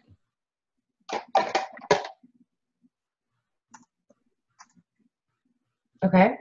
2216. City? Fort Wayne, Indiana. Is that an actual city? Yes, it is. Fort, F-O-R-T, Wayne, Indiana. And they say, thank you for being you. Oh, you're Oh, welcome. wow, somebody just hit you up with $25. Who was that? All right. So, okay. You have Rahu in the first house. So you have you have issues with relationships. And you may not have, you know, you're an Aquarius ascendant, so very like, you know, worldly and, you know, I don't want to say liberal, but open, you know, but not necessarily always liberal, but just very open to helping everybody. Philanthropy, you know, healing the world, everybody, you know, have equal rights. Okay, so, but with Rahu in the first, it makes you a little rebellious. So Rahu in the first house is going to make you definitely rebellious, definitely be, anytime you have the nodes in the first and 7th house, you have issues with relationships. And you'll have issues with figuring out who you are, because that's your life purpose here. You are here to learn your life purpose. So what's going to happen is you're going to jump into relationships, or you might say, screw it, I don't ever want to be married. It's going to go one way or the other way. I would say more so, that's too much to get into on one of these real quick things. But, you know, it's going to give you obstacles in relationships. You'll get into relationships with people that are needy, that are extreme, that are cheat, or that you cheat, and it's just a lot. Now, if you're married and that's not, you beat the curse, and that's good. But more than likely, you know, there's some struggles with relationships. And finding out you. And whatever you're not happy with in your life, you will be looking for that in somebody else. So you'll date these people that will, or you'll marry or, you know, be in relationships with these people that's what you're missing in your life. So you have to really just learn, and you have to be yourself, and you have to do what you are supposed to do. And you're supposed to be free and happy and do your thing. And I will say your Rahu is in Purva Bhattapatra, which is one of the darker nakshatras. So, you know, this is somebody that's very mystical, spiritual, can perform sacrifices, but, you know, you have to make sure you do it in the right way. You have Mars. This is what I pulled, which is very interesting. You say they're kind of dark. Yeah. The death card. Oh, really? Yeah. And what isn't the death card is also, what is the death card? Is that Scorpio? I don't know the astrological ramifications of it, but it's a little bit dark, and you know, they do like to descend into the, you know, the underworld, and, you know, they're kind of in tune with all that kind of stuff. It doesn't, you know, mean death, but I mean, they are, you know, they're a lot of what you're saying. You understand the dark side. We'll live with that. Okay. And it can go one way or the highway. It's good you're listening to us, probably. I would say that's a good sign, and you're not, you know, you're not on the other side. So, I mean, that's +1. But you have Mars in the 2nd house that can make you very aggressive with your speech, and it can make you spend money a lot. Extreme. You know, it can make you just, just, you know, just do things like impulsively with speaking and saying things that you probably shouldn't say. So my advice to you is, and it's in Pisces, so it's kind of emotional. So you have to really just try to make sure, my advice to you is to just, you know, think before, because Rahu is all about impulsions, you know, doing things quickly. And it's just like having Mars in your first house. It just extreme. So, and you'll have a lot of people that get in your way, and you'll have a lot of not support. So even if it's something that you want to do, you know, you might not have the full support in your life by people around you. So you're really here to learn about you. And let me just say, you probably had a rough year and a half. You had some big eye-opener shifts that happened to you in the past year and a half. And there's a lot of new beginnings. So hopefully, you know, there's a lot of positive things, and you have a lot of gifts too. So I just can't get into too many of them right now, but you know, there's just a lot of artistic, creative talent going on too. My advice is, you're going to always be like dabbling in a lot of things, because when you have Rahu in the first, you're going to just be like, oh, what's this? Maybe I should be doing this. And you're going to be like, oh, maybe I should be doing this. And then, oh, I should be doing this. It's a lot of confusion. So you'll grow out of it, but you're always going to probably have issues in relationships. It's going to be one of those things. Interesting. You ready for another one? Yeah, go ahead. February 6th, 1969. 10:44 a.m. Okay. Fremont with 1E, Ohio. God, you're the best. I wish Rex was like this, whooping out birthdays. Oh my God. They're new to this. They don't really understand it. They watched you on another channel last night and were impressed. So they found and they're subscribed to your channel, and they're watching now. Oh, this is a lot of energy. Okay. God damn. All right. Okay. Did he come from your channel? I would assume, because your chart, you have some similar. Yeah, it must have been. Yeah. Okay. So we're splitting this $12.50 each, right? Yeah, I'll send you the. If I could ever get him, I'm I'll just kidding with you. Okay, so this is all right. You're an Aries ascendant. Okay, so your personality, your first house, since you've never had anything about astrology, I'll tell you this. Your chart is made up of a lot of different things. So what happens is, you have your ascendant. It's the most important house of your chart. It's your life path. It's going to be, you know, your personality. It's going to be what you're here to, your life purpose. It's going to be, you know, things that happen to you physically, health-wise, and everything like this. So your first house in Aries, it's in a Swani. That's the first nakshatra. Swani is the risk taker, somebody that takes action, somebody that just like jumps the gun, that just dives in and handles the details. Now, what kind of details? I would say, well, you know, you have a lot of focus on relationships, I would say. This freaks me out, Heidi. Look at the card I pulled. What? The Fool. Exactly what you're saying. Risk taker, jumps in, without thinking, rushing in where angels tread. Here's the thing. What happened? This is your ascendant, your personality. But let me tell you where your conflict is. Your moon is in Virgo, in Hasta. So you are the most analytical thinker that is, and so it's like this freaking confusion. Because you're going to do something, and then you're going to be like, Moon, Jupiter, Ketu, Uranus, Pluto conjunct in the 6th house. It's a lot of shit going on.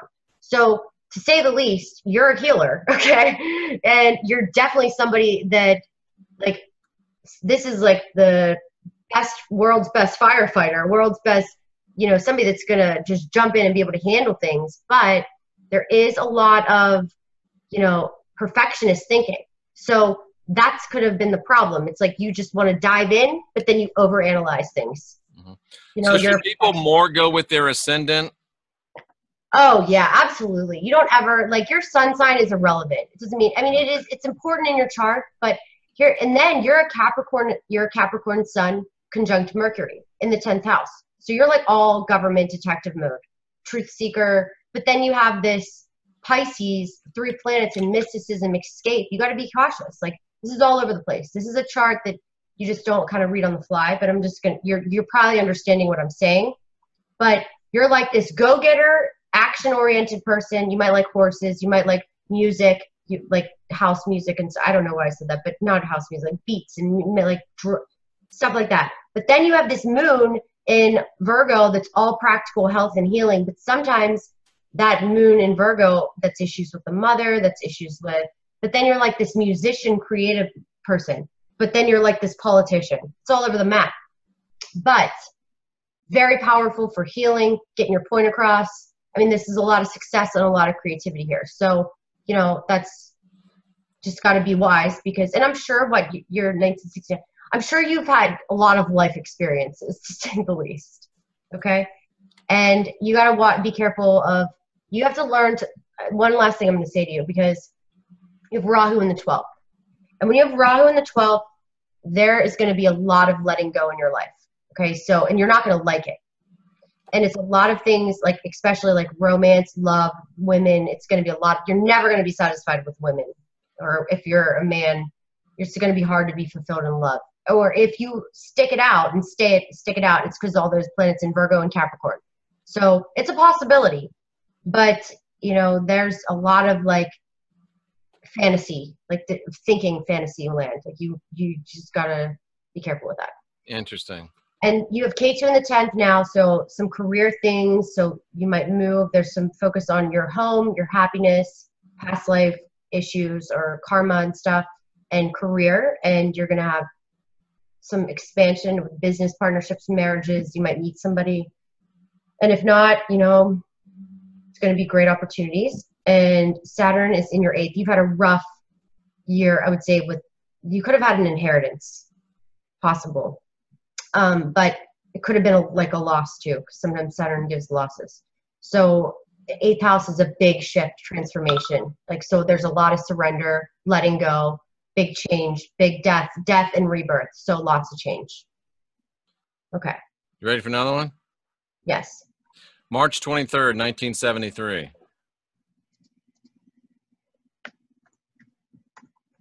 March 23rd, 1973.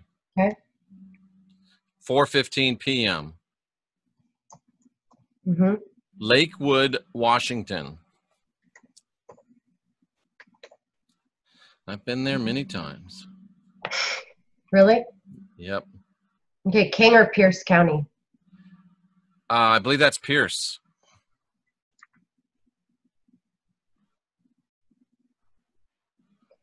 All right, this is a little less intense, but still a little. And you got to do at least one more because you have another good contributor after this one too. Okay, that'll be it. That will be the last one for the night. Okay, after this one and then one more. So Leo ascendant, all about using your creative self-expression. Now you don't have any planets in the first house, so you have to really like learn. You have to look into being creative. It's really hard to do things like give Leo's predictions because it's just using your creativity, however you want to do it. Whether you're acting, you're, you know, in politics, it's like using your creativity because people are going to be drawn to you. That's the gift of Leo. And it's not always easy and fun, but, you know, it's sometimes people hate Leos. And because Leos, they could say be egotistical or arrogant or whatever. But your ascendant is in the nakshatra of Purva Falguni. That's more about like the party animal, like the fun one to be around. So you know, and it's also the symbolism is the hammock.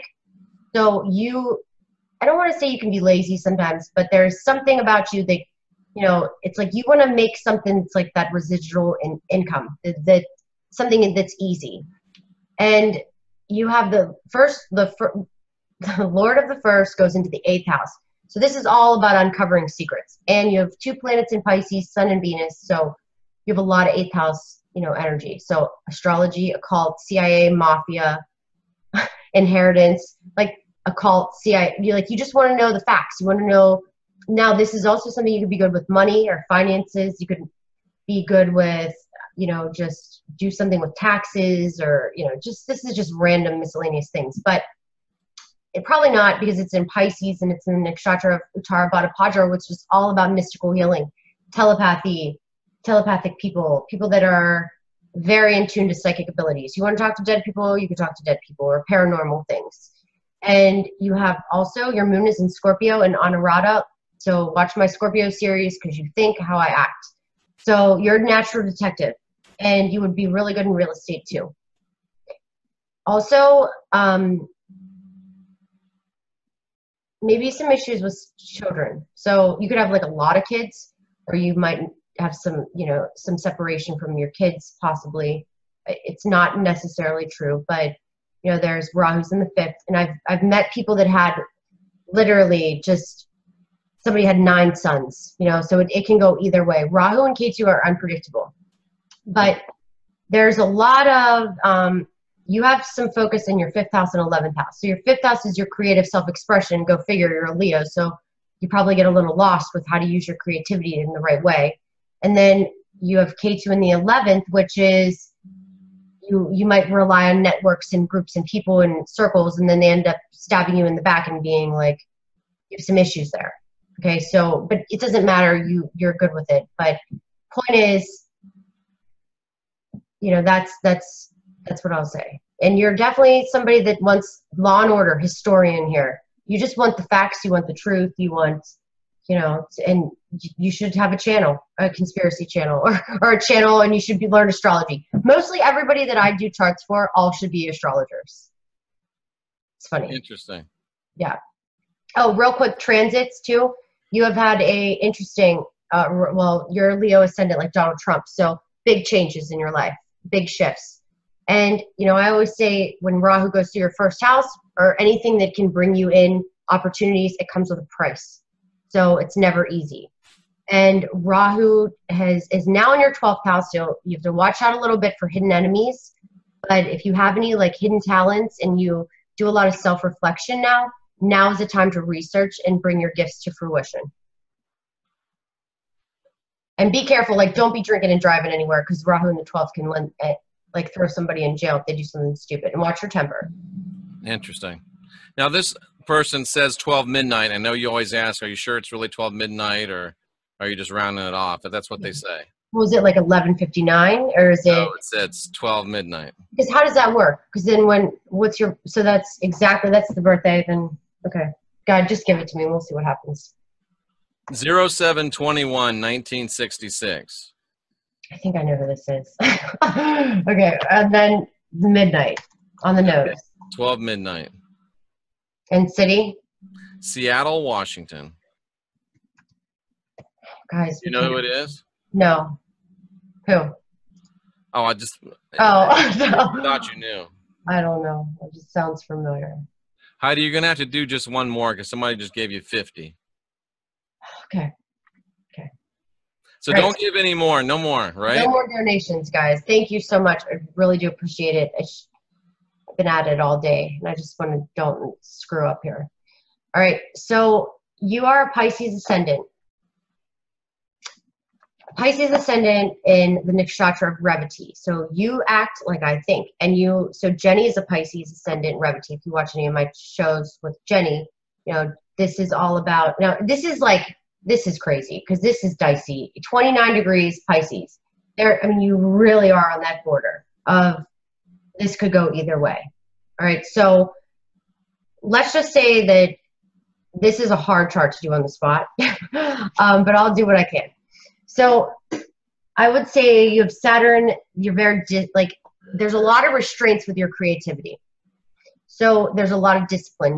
You're like the older one. You have a lot of responsibility and you just feel like you can't catch a break sometimes. You probably grew up really fast and you took on a lot of responsibility. Rahu in the 2nd, you have a focus on the 2nd house, 8th house, and let's just hope that this is the right time and, you know, whatever. But you have Rahu in the 2nd, that's focused on, there can be some issues with money, ups and downs with money. It can also be issues with, it can give you good money, like a lot of money, and then it can go away. Like you spend money and it's give and take here. But there could have been some issues when you were growing up with your family and, you know, some things that made you like want to really focus on money and worry about money a lot. And it's your Rahu's in Kritika. You're a heart, like you say things. My Rahu's in Kritika too. We kind of speak what's on our mind and we really don't care. We're doing it because we're trying to protect people and people can take it like we're being harsh. So we come off a little abrasive when we speak. Venus, Mars, Jupiter. Is this a woman or a man? Woman. Okay. So there's definitely some karma. I'm going to say this very like G-rated. There's karma, and there's some deep past rooted issues with power struggles, with it could be sexual things, with male figures, with authority figures. And it's kind of a lot of energy going on. So I'm sure there were some things in your life that, you know, really just, you know, really had some life-changing circumstances to you, which made you very Saturnized. Okay. That, and it still hurts. It's still issues that you'll deal with, but I'll tell you, this is great for artistic things, for real estate, for law enforcement, for a lot of other good things. Like, you know, so it's definitely can spin, but there is a lot of traumatic things that could have happened, you know, with all that. Children, authorities, women, men, power struggles with, you know, this is more of like a, well, you know, so also, you definitely are probably interested in politics. This is like somebody that could have been really religious or something, and then, you know, had some run-ins with some bad religious leaders. You know, just you trusted somebody that you thought was trying to help you, and they ended up hurting you. You know, like somebody you looked up to. And K2 in the 8th, though, it's really good for understanding death. You're very psychic, very mystical. But there can be a lot, you understand death a lot, and you have to learn, like, you're actually really good at control, surrender, manipulation, scandals. There's a lot of this going on in your life. There will be a lot of those things. You have had a lot of things that have happened to you. So, but you're probably a very strong person. Wow. Yeah. That was a hard chart. Like, that was one that was one of those charts. Last but not least. Yeah. Let me know when you're ready. I'm ready. Go ahead. 09/28/1979. Okay. It says 0158. So I'm saying so is that PM or AM? Well, the way they wrote it, it's AM. Okay. It looks a military person. Looks like a military. It's 0158. It's not 158. 1358. Yeah, it's 0158. Bisbee, Bisbee, Arizona. Okay. Can't tell you if it's a man or woman. You don't have to. Let's just hope it's 1:58 a.m. If it's not 1:58 a.m., say something. Please, because it will be completely wrong. This will not make any sense. So please make a comment. Say something like right now. Right now, or we're gonna have to. Oh man. All right, we'll give him a second because they did AM. Okay. All right, so all right, you're a Cancer ascendant with Mars in the first house. Thank you, Balance Within. And okay, so Cancers are very like nurturing and healing and helping, but they're also moody and aggressive sometimes too. But your ascendant is in the nakshatra of Pusha. Pusha is all about being a nurturer, and like it's the cow udder. So it's somebody that actually is too nice sometimes, okay? But then you have Mars in the first house. So Mars in the first house Mars doesn't like to be in Cancer, okay? So when Mars is in Cancer, there's a lot of irritability and a lot of power struggles, like with your own self. Like you might drive fast, get pissed, road rage, ready to like murder somebody, you know, in a nice way. But you really can get irritable very quickly, okay? Now, great for real estate designing. Once again, contracts, you know, making things look beautiful. And Cancers are extremely creative, great nurses, great people that heal people. I have somebody's chart that's like this, and she works in a chiropractor office. So, you know, that she's using that Mars like in a nursing way because she's in Cancer and it's pushed up. So that's definitely a possibility. But to say the least, you can get really irritated easily. Then let me read you about Pusha. So Pusha is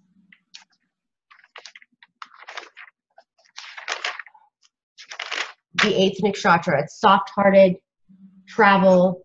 It's people that know sacred speech, people that are very knowledgeable with ancient texts, It's somebody that is a master of the third eye rate, like the third eye chakras or whatever. Definitely somebody that's, you know, has a lot of gifts with that.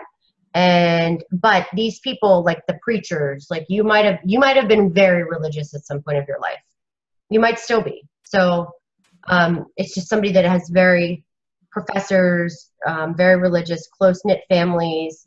And, you know, but the thing about this is once your views, like your views are your views, and you don't like to, like, you're one of those people that if you found out that things were wrong, you would be bitter about it. Like, so my sister has a double cancer, and she's very, like, she can hold a grudge, like, more so than I can even explain. Worse than me, and I can hold a grudge for a long time. Jupiter, Rahu, and Saturn in the second house. Okay, so there could have been some money, like, so finances and your family situation growing up could have had some restraints, but good things too. Maybe it could have just been religion. Could have been upbringing. You could have had a strict upbringing, like you were brought up in like the Mormon church. You know, this is just I'm giving you an example, but you know that really had a lot of discipline and a lot of structure, but made you kind of rebel, and you know, it makes you think a lot. And it's all in Leo. So, you know, there's a lot of, even though you're very religious and you have these disciplined ways, you're still going to dabble. Like, you're still going to want to know. So you are going to, but this can give some issues with money, ups and downs with money. And it could be, could be a nice balance though, because you have a nice balance of spending it and saving it. There's a nice conjunction that you have like a little balance here. So, good at writing, good at healing. Mercury, Venus, Sun. That's somebody that is all about healing and hasta, just like you, Jeff. Healing with your hands. And this is in the third house of the hands. This is even more. You should be healing people with your hands. Reiki, master, palmistry, whatever you want to do with your hands. And you're also probably a really good writer.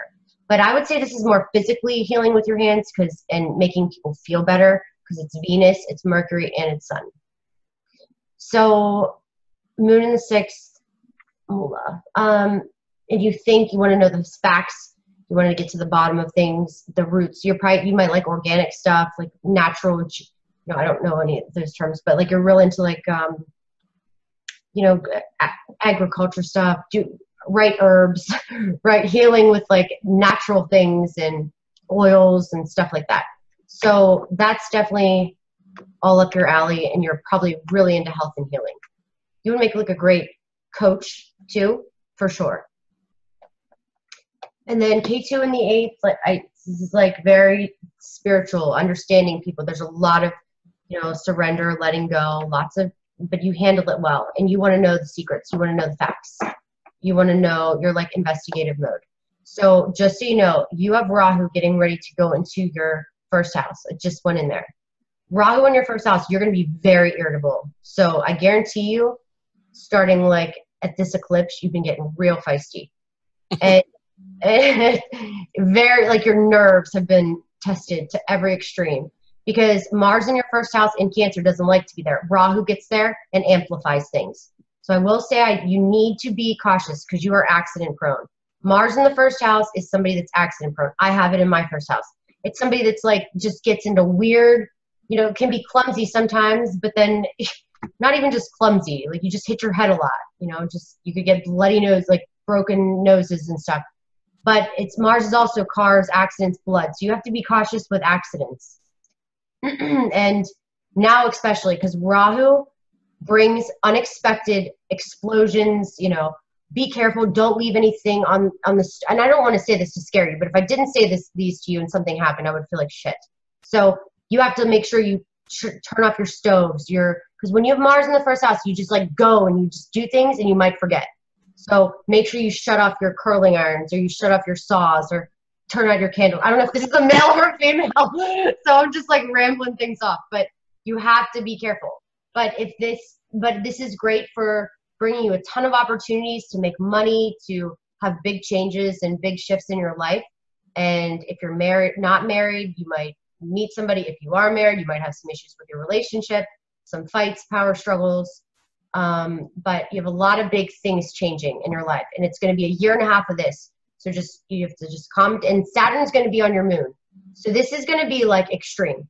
Emotionally, you're going to feel like, oh my God, what the hell's going on? And then it's going to be like, it's going to be a lot of ups and downs. Like it's going to feel heavy, but it can definitely, if you can just know this, you can really, really, really use this powerfully and just be cautious and use all that crazy energy to manifesting whatever you want. Did you pull any cards? No, because you were wanting to get through them. So Now pull a card though for this. okay.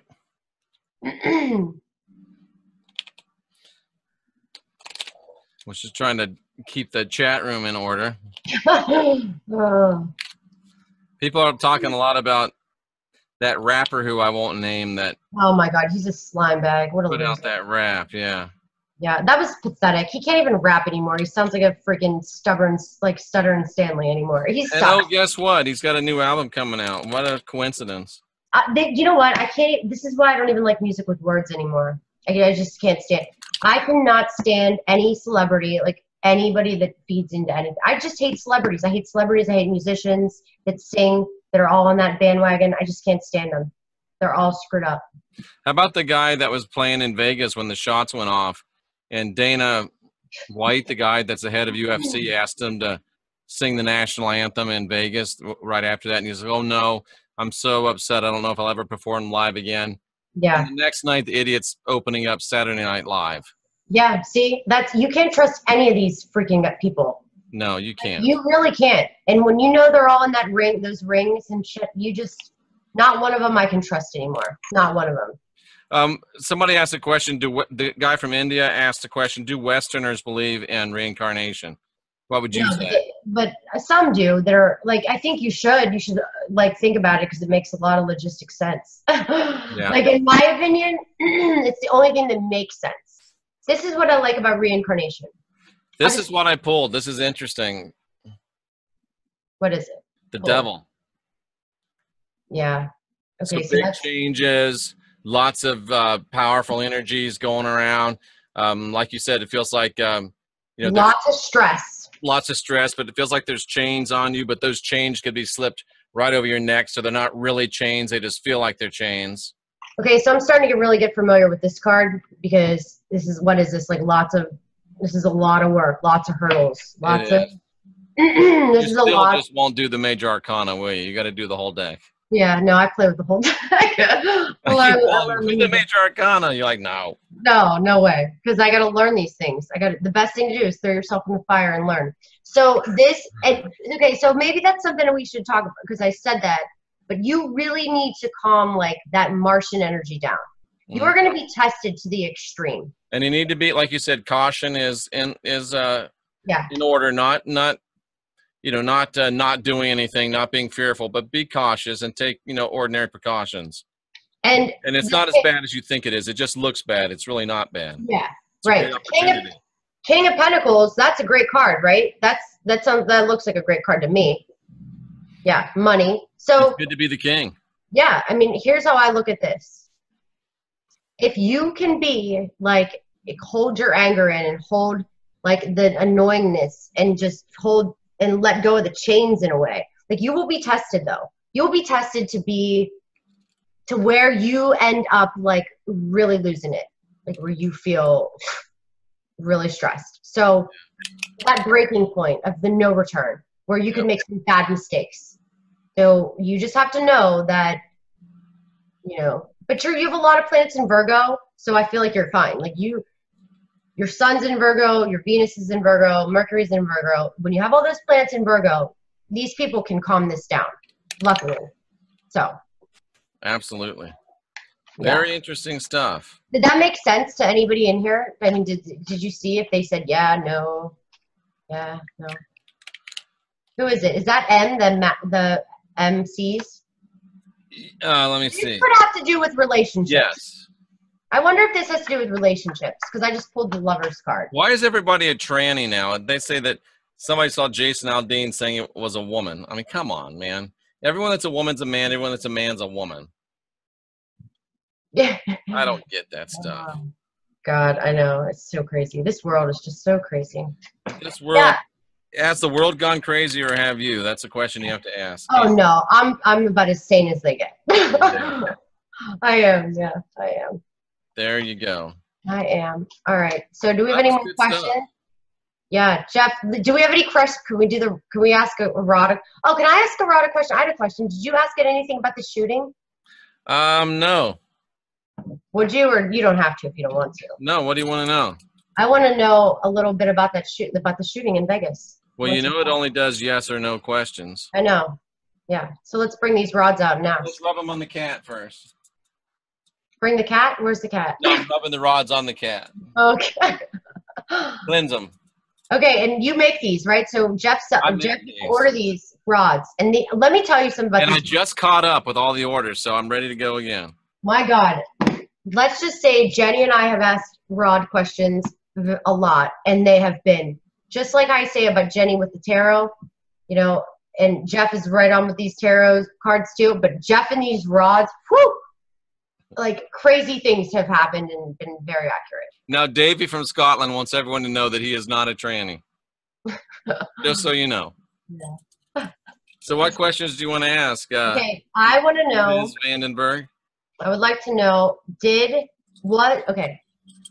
was Paddock a real human being? And let's start basic. Was Paddock a real human being? Yeah. Yes. Is he dead? Oh, that's a good question. I haven't heard anyone even question that. I have. Oh, yes, I have. Is Paddock dead? Wow, it says no. I said that. I knew he was. What's his first name? Steve Paddock. Is Stephen Paddock, the Las Vegas shooter, dead as of October 12, 2017? It says no. I know. He's sitting on a beach. I have said that. He is still alive. Like, hands down. Yeah. He's sitting on a beach. They really were cleaning house. Yeah. He is part of this scam, but I think, yeah. He is alive. Wow, that's something. That's a big yes, too. Right? That's a big, he's alive. Yeah, that was very strongly. Yeah, he is definitely. Yeah. Okay, let's ask it. Okay, I'm going to ask it some really crazy questions. Sorry, and we're going to get. Was the FBI, the CIA involved in this shooting? Like part of this whole thing? Okay. Was the FBI and CIA involved in this? Oh yeah, very hard. Yes. Mm-hmm. Very was he in the FBI or CIA? Because he did work for Northrop Grumman. Right. He was on private jets. Was he this guy in the CIA? And now he just decided to take the route and he lives in an island somewhere. And Amanda B loves kilts. I'm not going anywhere near that. Was Paddock in the FBI or CIA? Yes. Yes, I knew it. Oh God. And you know what's also interesting? Yeah. Tom Cruise movie just came out this weekend, right by the shooting. They knew, they know these release dates before they release them, obviously. And that movie's about the whole Mena, Arkansas government running drugs. Interesting. Yep. All right, ready for this? Okay. Yep. I can't believe I'm going to say this, but I have to ask. Are you going to say swamp gas? No, no. I'm going to ask it. Is Donald Trump disappointed with how that went down? Like, wait, hold on. Let me start over. Was Donald Trump a part of this?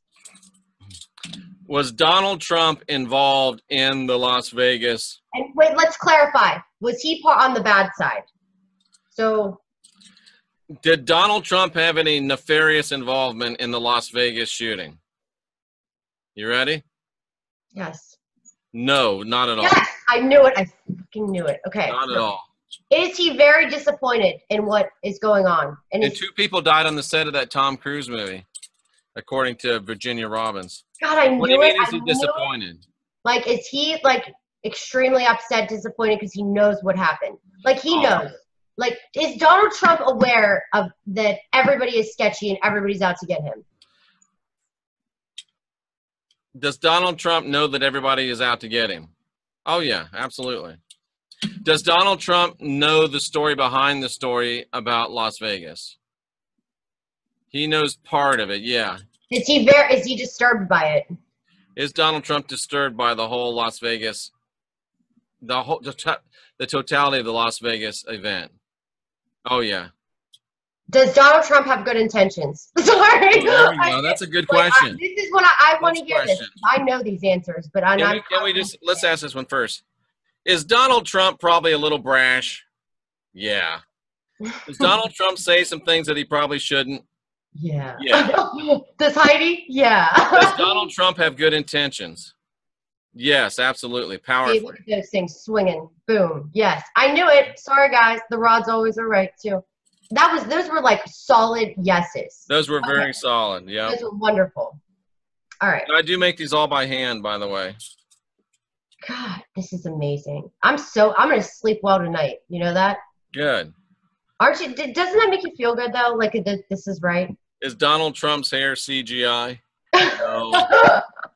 I make these rods. You can get them on my channel if you want. Okay, let's get this. To get these rods, you have to buy these rods. I'm going to buy these rods. Seriously. It's just that you have to buy them. They're always right. Okay. Does Donald Trump, It's better if you can rub them on a cat, though, first. Was he part of the scam? I want to know if Donald Trump is part of, this. Was he, you know how I always say he was a mistake? Yeah. He slid in there, and now he was not part of the plan. Well, he was, but not really, you know? Yeah. How do you ask? What's the question? I don't know. You got to help me out with the word. Is Donald Trump a true outsider? Yes, for sure. Thank you. I freaking am so happy right now. You know what? For that, I got to rub my little troll. Where is he? Oh, your little Donald Trump troll?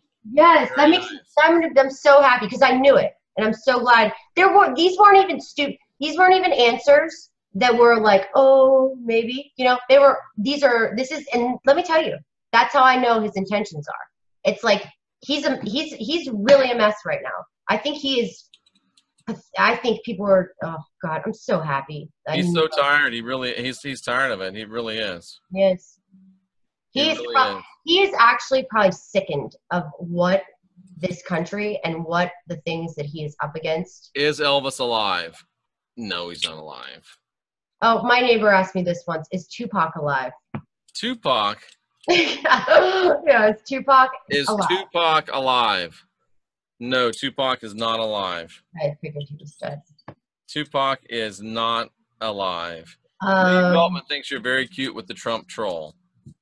I love my little Trump troll.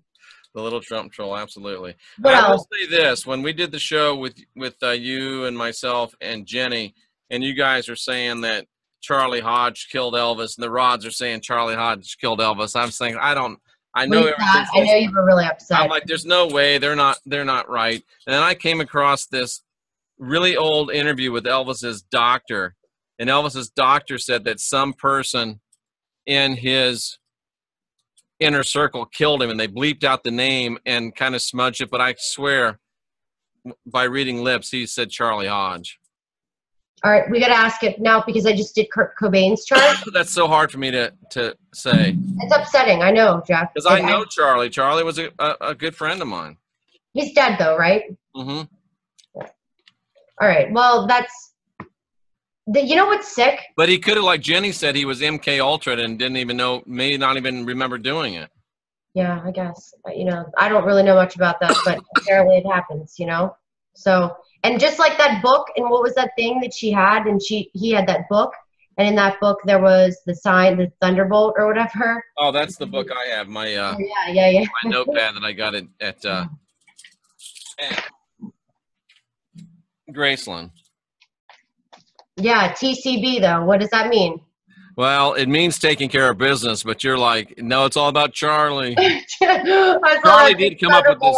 Charlie did come up with this logo. The lore is that Priscilla did, but it was Charlie.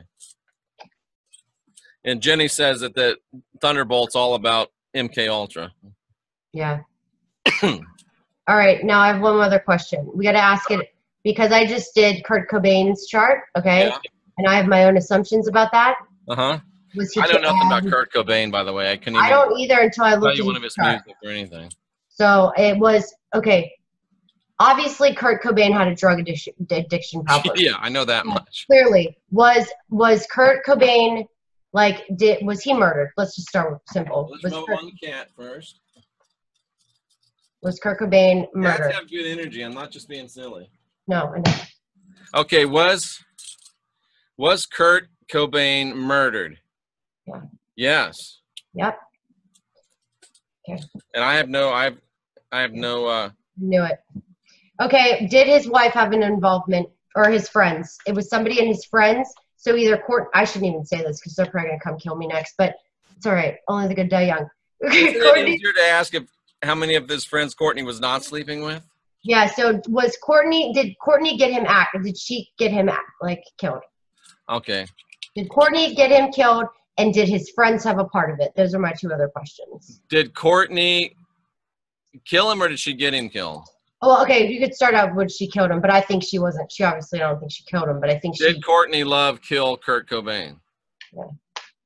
This says a very slow no, so no, but there's a lot more to the story. Okay. Did she hire somebody to kill him? Did Courtney Love hire someone to kill Kurt Cobain? Yes. See? All right. Yeah, that's totally in the charts. And the Scientology thing, Elvis's daughter became a Scientologist. Yeah. And did Courtney, so it was her. It wasn't even the friends. It was totally her. Like she was all over this mess. And she's a mess. She had a very large financial interest in him dying, right? It did, because it had to, okay, let's ask it because did it have to do because of literally, I mean, would say it's strictly over money, like hands down, because if he signed a prenup with her, or he made her sign a prenup, and her own father said that she probably had somebody do it. I mean, it's like common sense, because if he wouldn't have died in a murder, she wouldn't have got anything. But because he died, she got insurance money. By the way, one of Donald Trump's biggest pieces of advice is always have a prenup. Period. Smart man. Yep. Always have a prenup. Because then you won't be in a situation where it's cheaper to keep her. That's right. You know? That's right. Yeah. All righty then. Well, that's good. I'm glad we got some clarification. Oh, and I just got the devil reversed. So that's better than the devil straight up, I guess. It just depends. I look at this like we just uncovered the secrets. You see?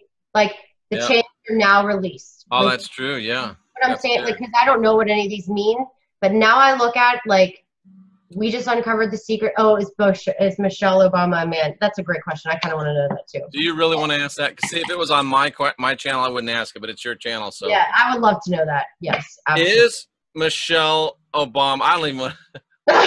Okay. Is Michelle Obama a man? Yeah. It's very, very slow. Yes. So it's like. Is she a hermaphrodite? Isn't that what it's called? I can rub it on the cat first. Okay. Thanks, Rooney, for cooperating. Is Michelle Obama a man? Dude, that's a hard yes. Oh, my God. Oh, God. Come on, the fans want our questions answered. Okay, we have to ask these questions. That's hardcore, yes. Thank you, mister. All right, let's ask it. What else did I saw something else crazy like that. Hold on. Oh, they asked, is Tom Cruise gay? Is Tom Cruise gay? Strong no. I don't think he's gay. I don't either. I think he might not be so bad. I have to admit, I have a semi-man crush on Tom Cruise. I really like Tom Cruise. Yeah. Always like Tom Cruise. The thing I like about Tom Cruise, rich, famous, and if he was smart, when people asked him about religion, he'd just say, oh, you know what, I'm an actor. I don't really talk about religion. That's what Elvis used to always say. But not Tom Cruise. They ask him about Zemu, and he's got to talk about Zemu on and on and on and on, and millions of dollars are flying out of his mouth as he speaks. But the man has the courage of his convictions, and I respect that. Yeah. End of Tom Cruise man love. All right, I got some Korea questions. It's a great question because I'm still stuck on my Korea tyrant. So you know what the thing I thought about Kim, what's his name? Kim Jong, whatever, or whatever. I want to know if he is a fake. Like, is he a plant? Because if he's I was just going to say, if you look at his name, it's really like Kim Jong-un. Yeah. Like it's almost a joke. Yeah. What's the question? Is Kim, Is he fake? Like, is he all part of like the whatever? is Rocket Man fake? Rocket Man. This says yes. Wow. Slow yes, but yes. Rocket Man is fake. Okay, because have they tried to kill Rocket Man already? Have governmental agencies tried to assassinate Rocket Man? Yes. So how's he fake? You see what I'm saying? Like, okay, that's well, I mean, good. he could have been put up as a fake, and then he decides, I'm a brilliant man. Okay. Are we going to go to war with North Korea? Ooh. Sorry, I have to ask. Me too. Is the United States going to go to war with North Korea? The rods say no. Okay, good. Is there going to be something that happens? What if Trump makes amends, fixes it? Ask it that. Will Trump fix it? Because that could happen. You know what? I just got the wildest thought. Yeah. What if Kim ends up going up to China as a political refugee, and he just leaves the scene, and South Korea and North Korea reunite? What if they just like buy him a big like amusement park to play around in, and with a bunch of Dennis Rodmans floating around? He'd probably be so happy. Oh, him and Rodman. Maybe that could be a love relationship. Dennis and Rocket Man. So Rocket Man, can Rocket Man be bought? Of course he can, I would say.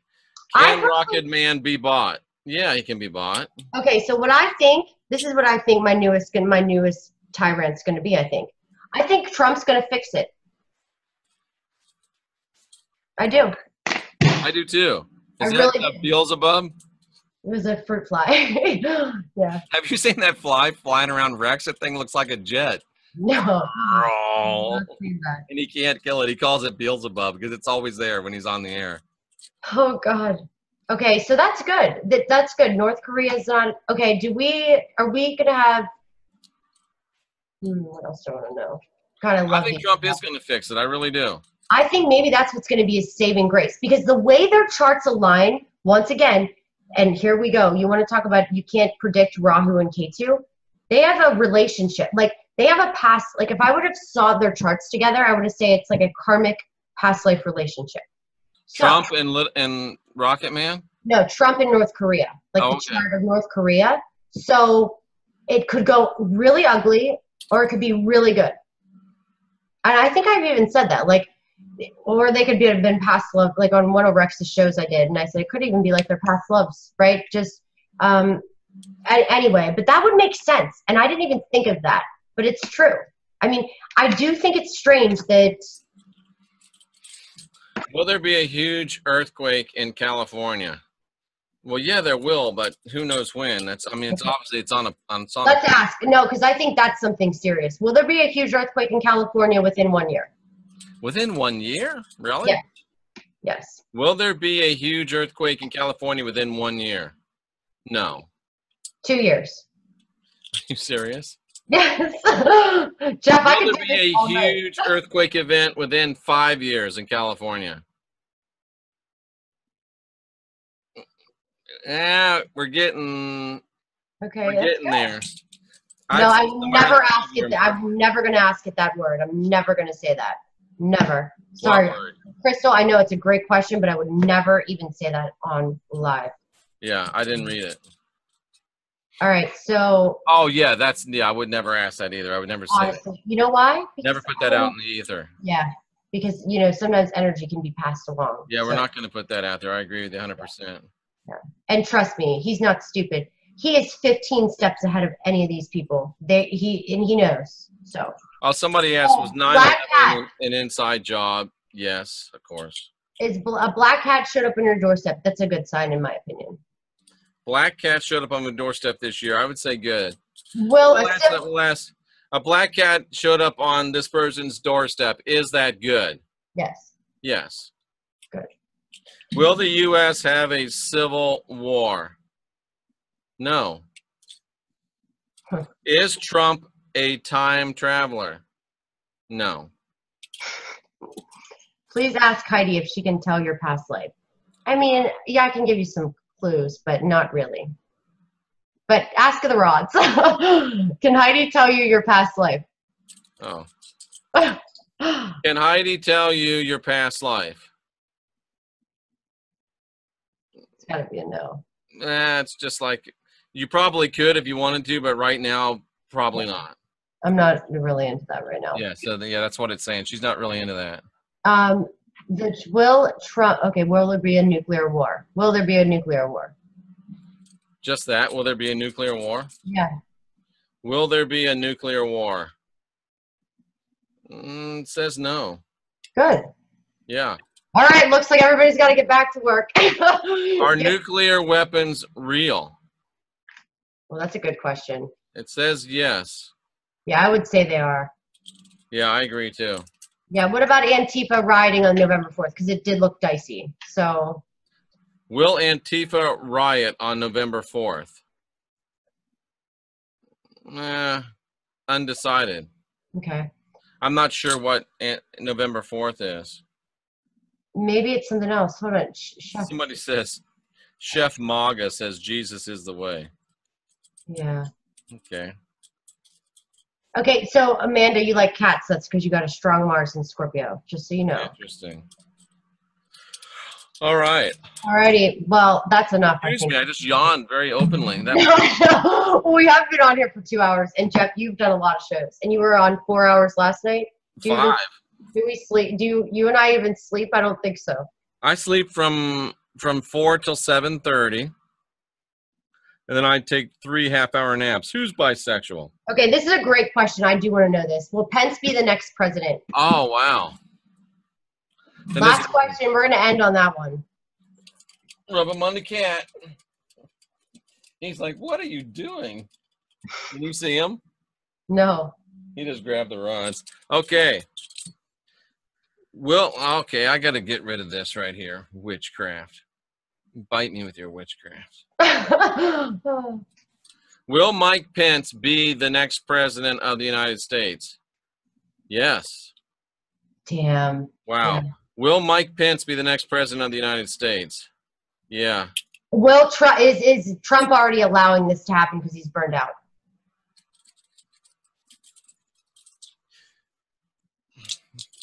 How do I ask that question? I don't know. Sorry. Hold on. Let me ask it. See, will Donald Trump resign? Yeah. Will Donald Trump resign? It's like, yeah, it's like maybe. It's gone through his mind. Is Donald Trump basically setting up Mike Pence to be the president because he's There you go. Is Donald Trump setting up Mike Pence to be president? Yes. Let me ask a question I got from some inside news. Is Donald Trump allowing Mike Pence to build his own political organization? Yes. Is Donald Trump going to finish his full term?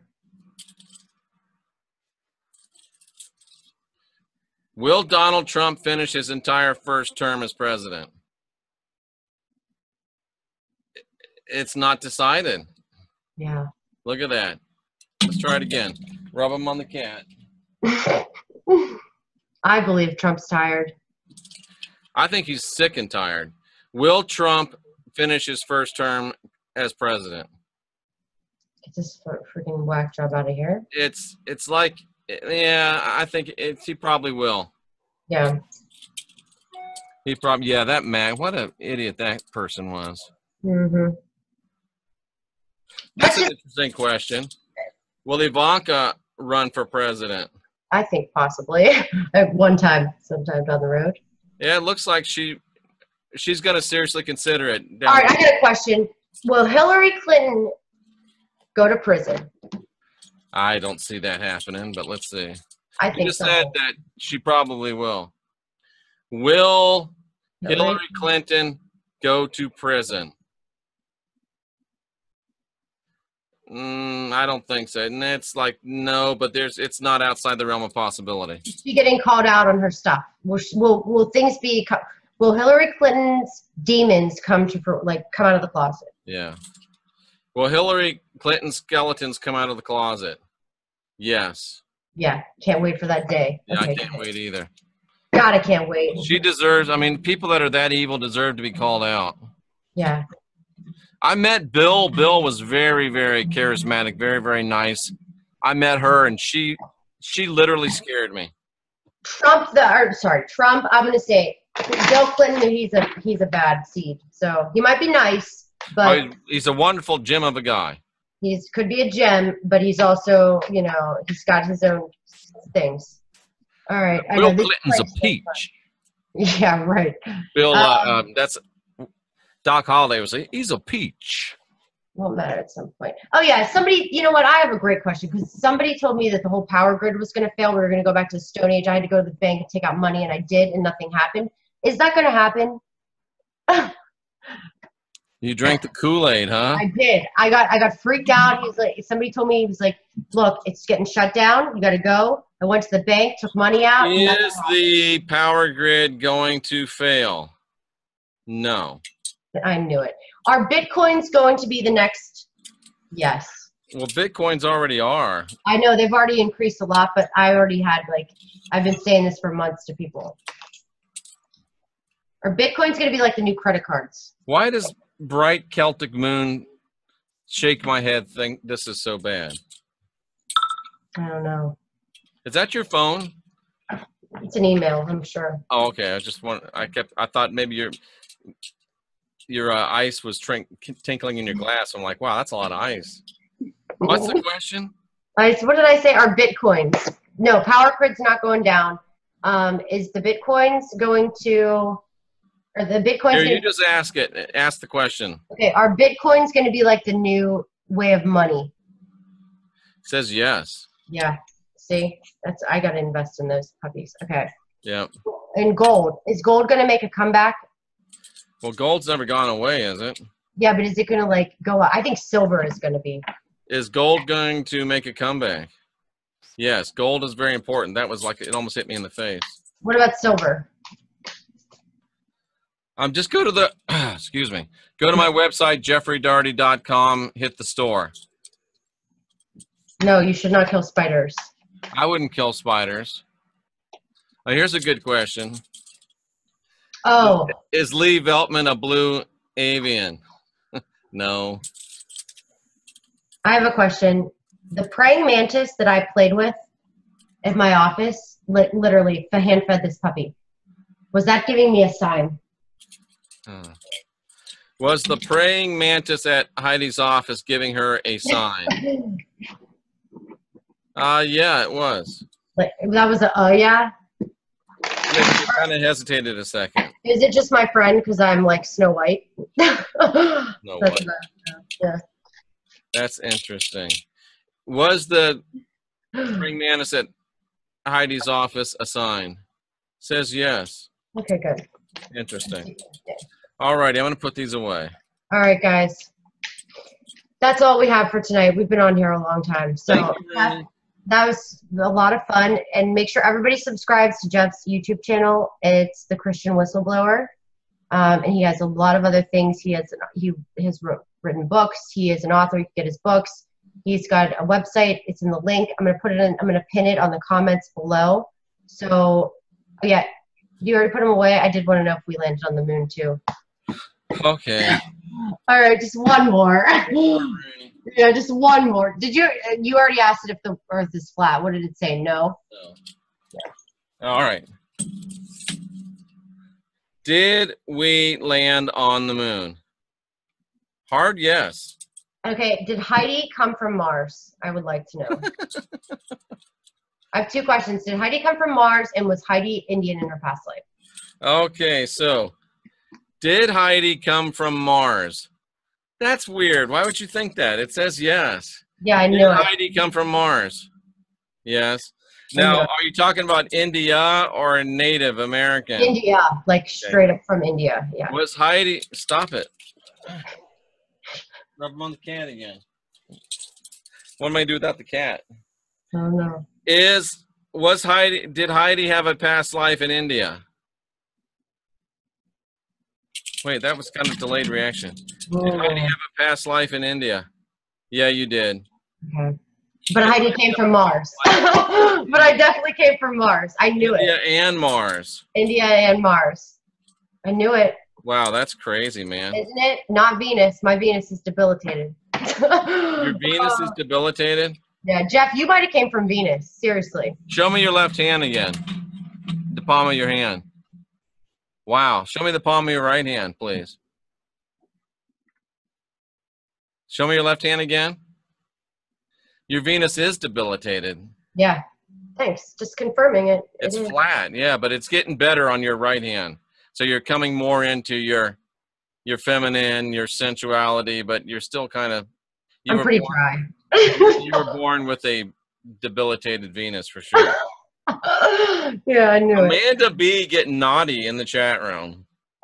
Oh, that's so funny. That is funny. God, and what does the M mean on your hands when you have an M? Does that mean anything? I don't really talk about it being an M. I talk about it as being the Great Triangle. Mm-hmm. It means that the bigger it is, the better it is for you as far as luck and health and overall good stuff. All right. Well, thanks. I knew I was from Mars. Is Jeff from Venus? I'd like to know. I think he is. Am I from Venus? Are you serious? Well, maybe Mars too, actually. I take that back. You're probably from Mars. You have Mars in the 12th house in Maga. So, yes. Am I from Venus? No. One more time. Is Jeff from Mars? Am I from Venus? No. Is Jeff from Mars? Am I from Rahu? What? Jeff's from Rahu. I'm from Mars? Yeah, Am I maybe from Mars? Mars? Says yes. That's weird. Yeah. So, did Heidi and I know each other on Mars? Yes. We did. That's weird. And I bet Rex too. I bet all of us that are intertwined here did. I thought Rex was from Uranus. No. Is Rex from Mars? He is from Mars. Rex is from Mars. So there was like a civilization on Mars, huh? Yeah. Well, yeah, that's because all of those megalithic architecture up there and stuff. Yeah, and my ascendant's in Jesa, so people that have planets in Jesa that are in that. Jesa is the warrior. Jesa is the fighter. They have long middle fingers because of the bow and arrows. They used to kill, like they're good hunters. They used to fighters, warriors. So I'm sure we had a big brawl in Mars at some point of our lives. I have long middle fingers. That's interesting. Mm-hmm. And all right, this is the last question.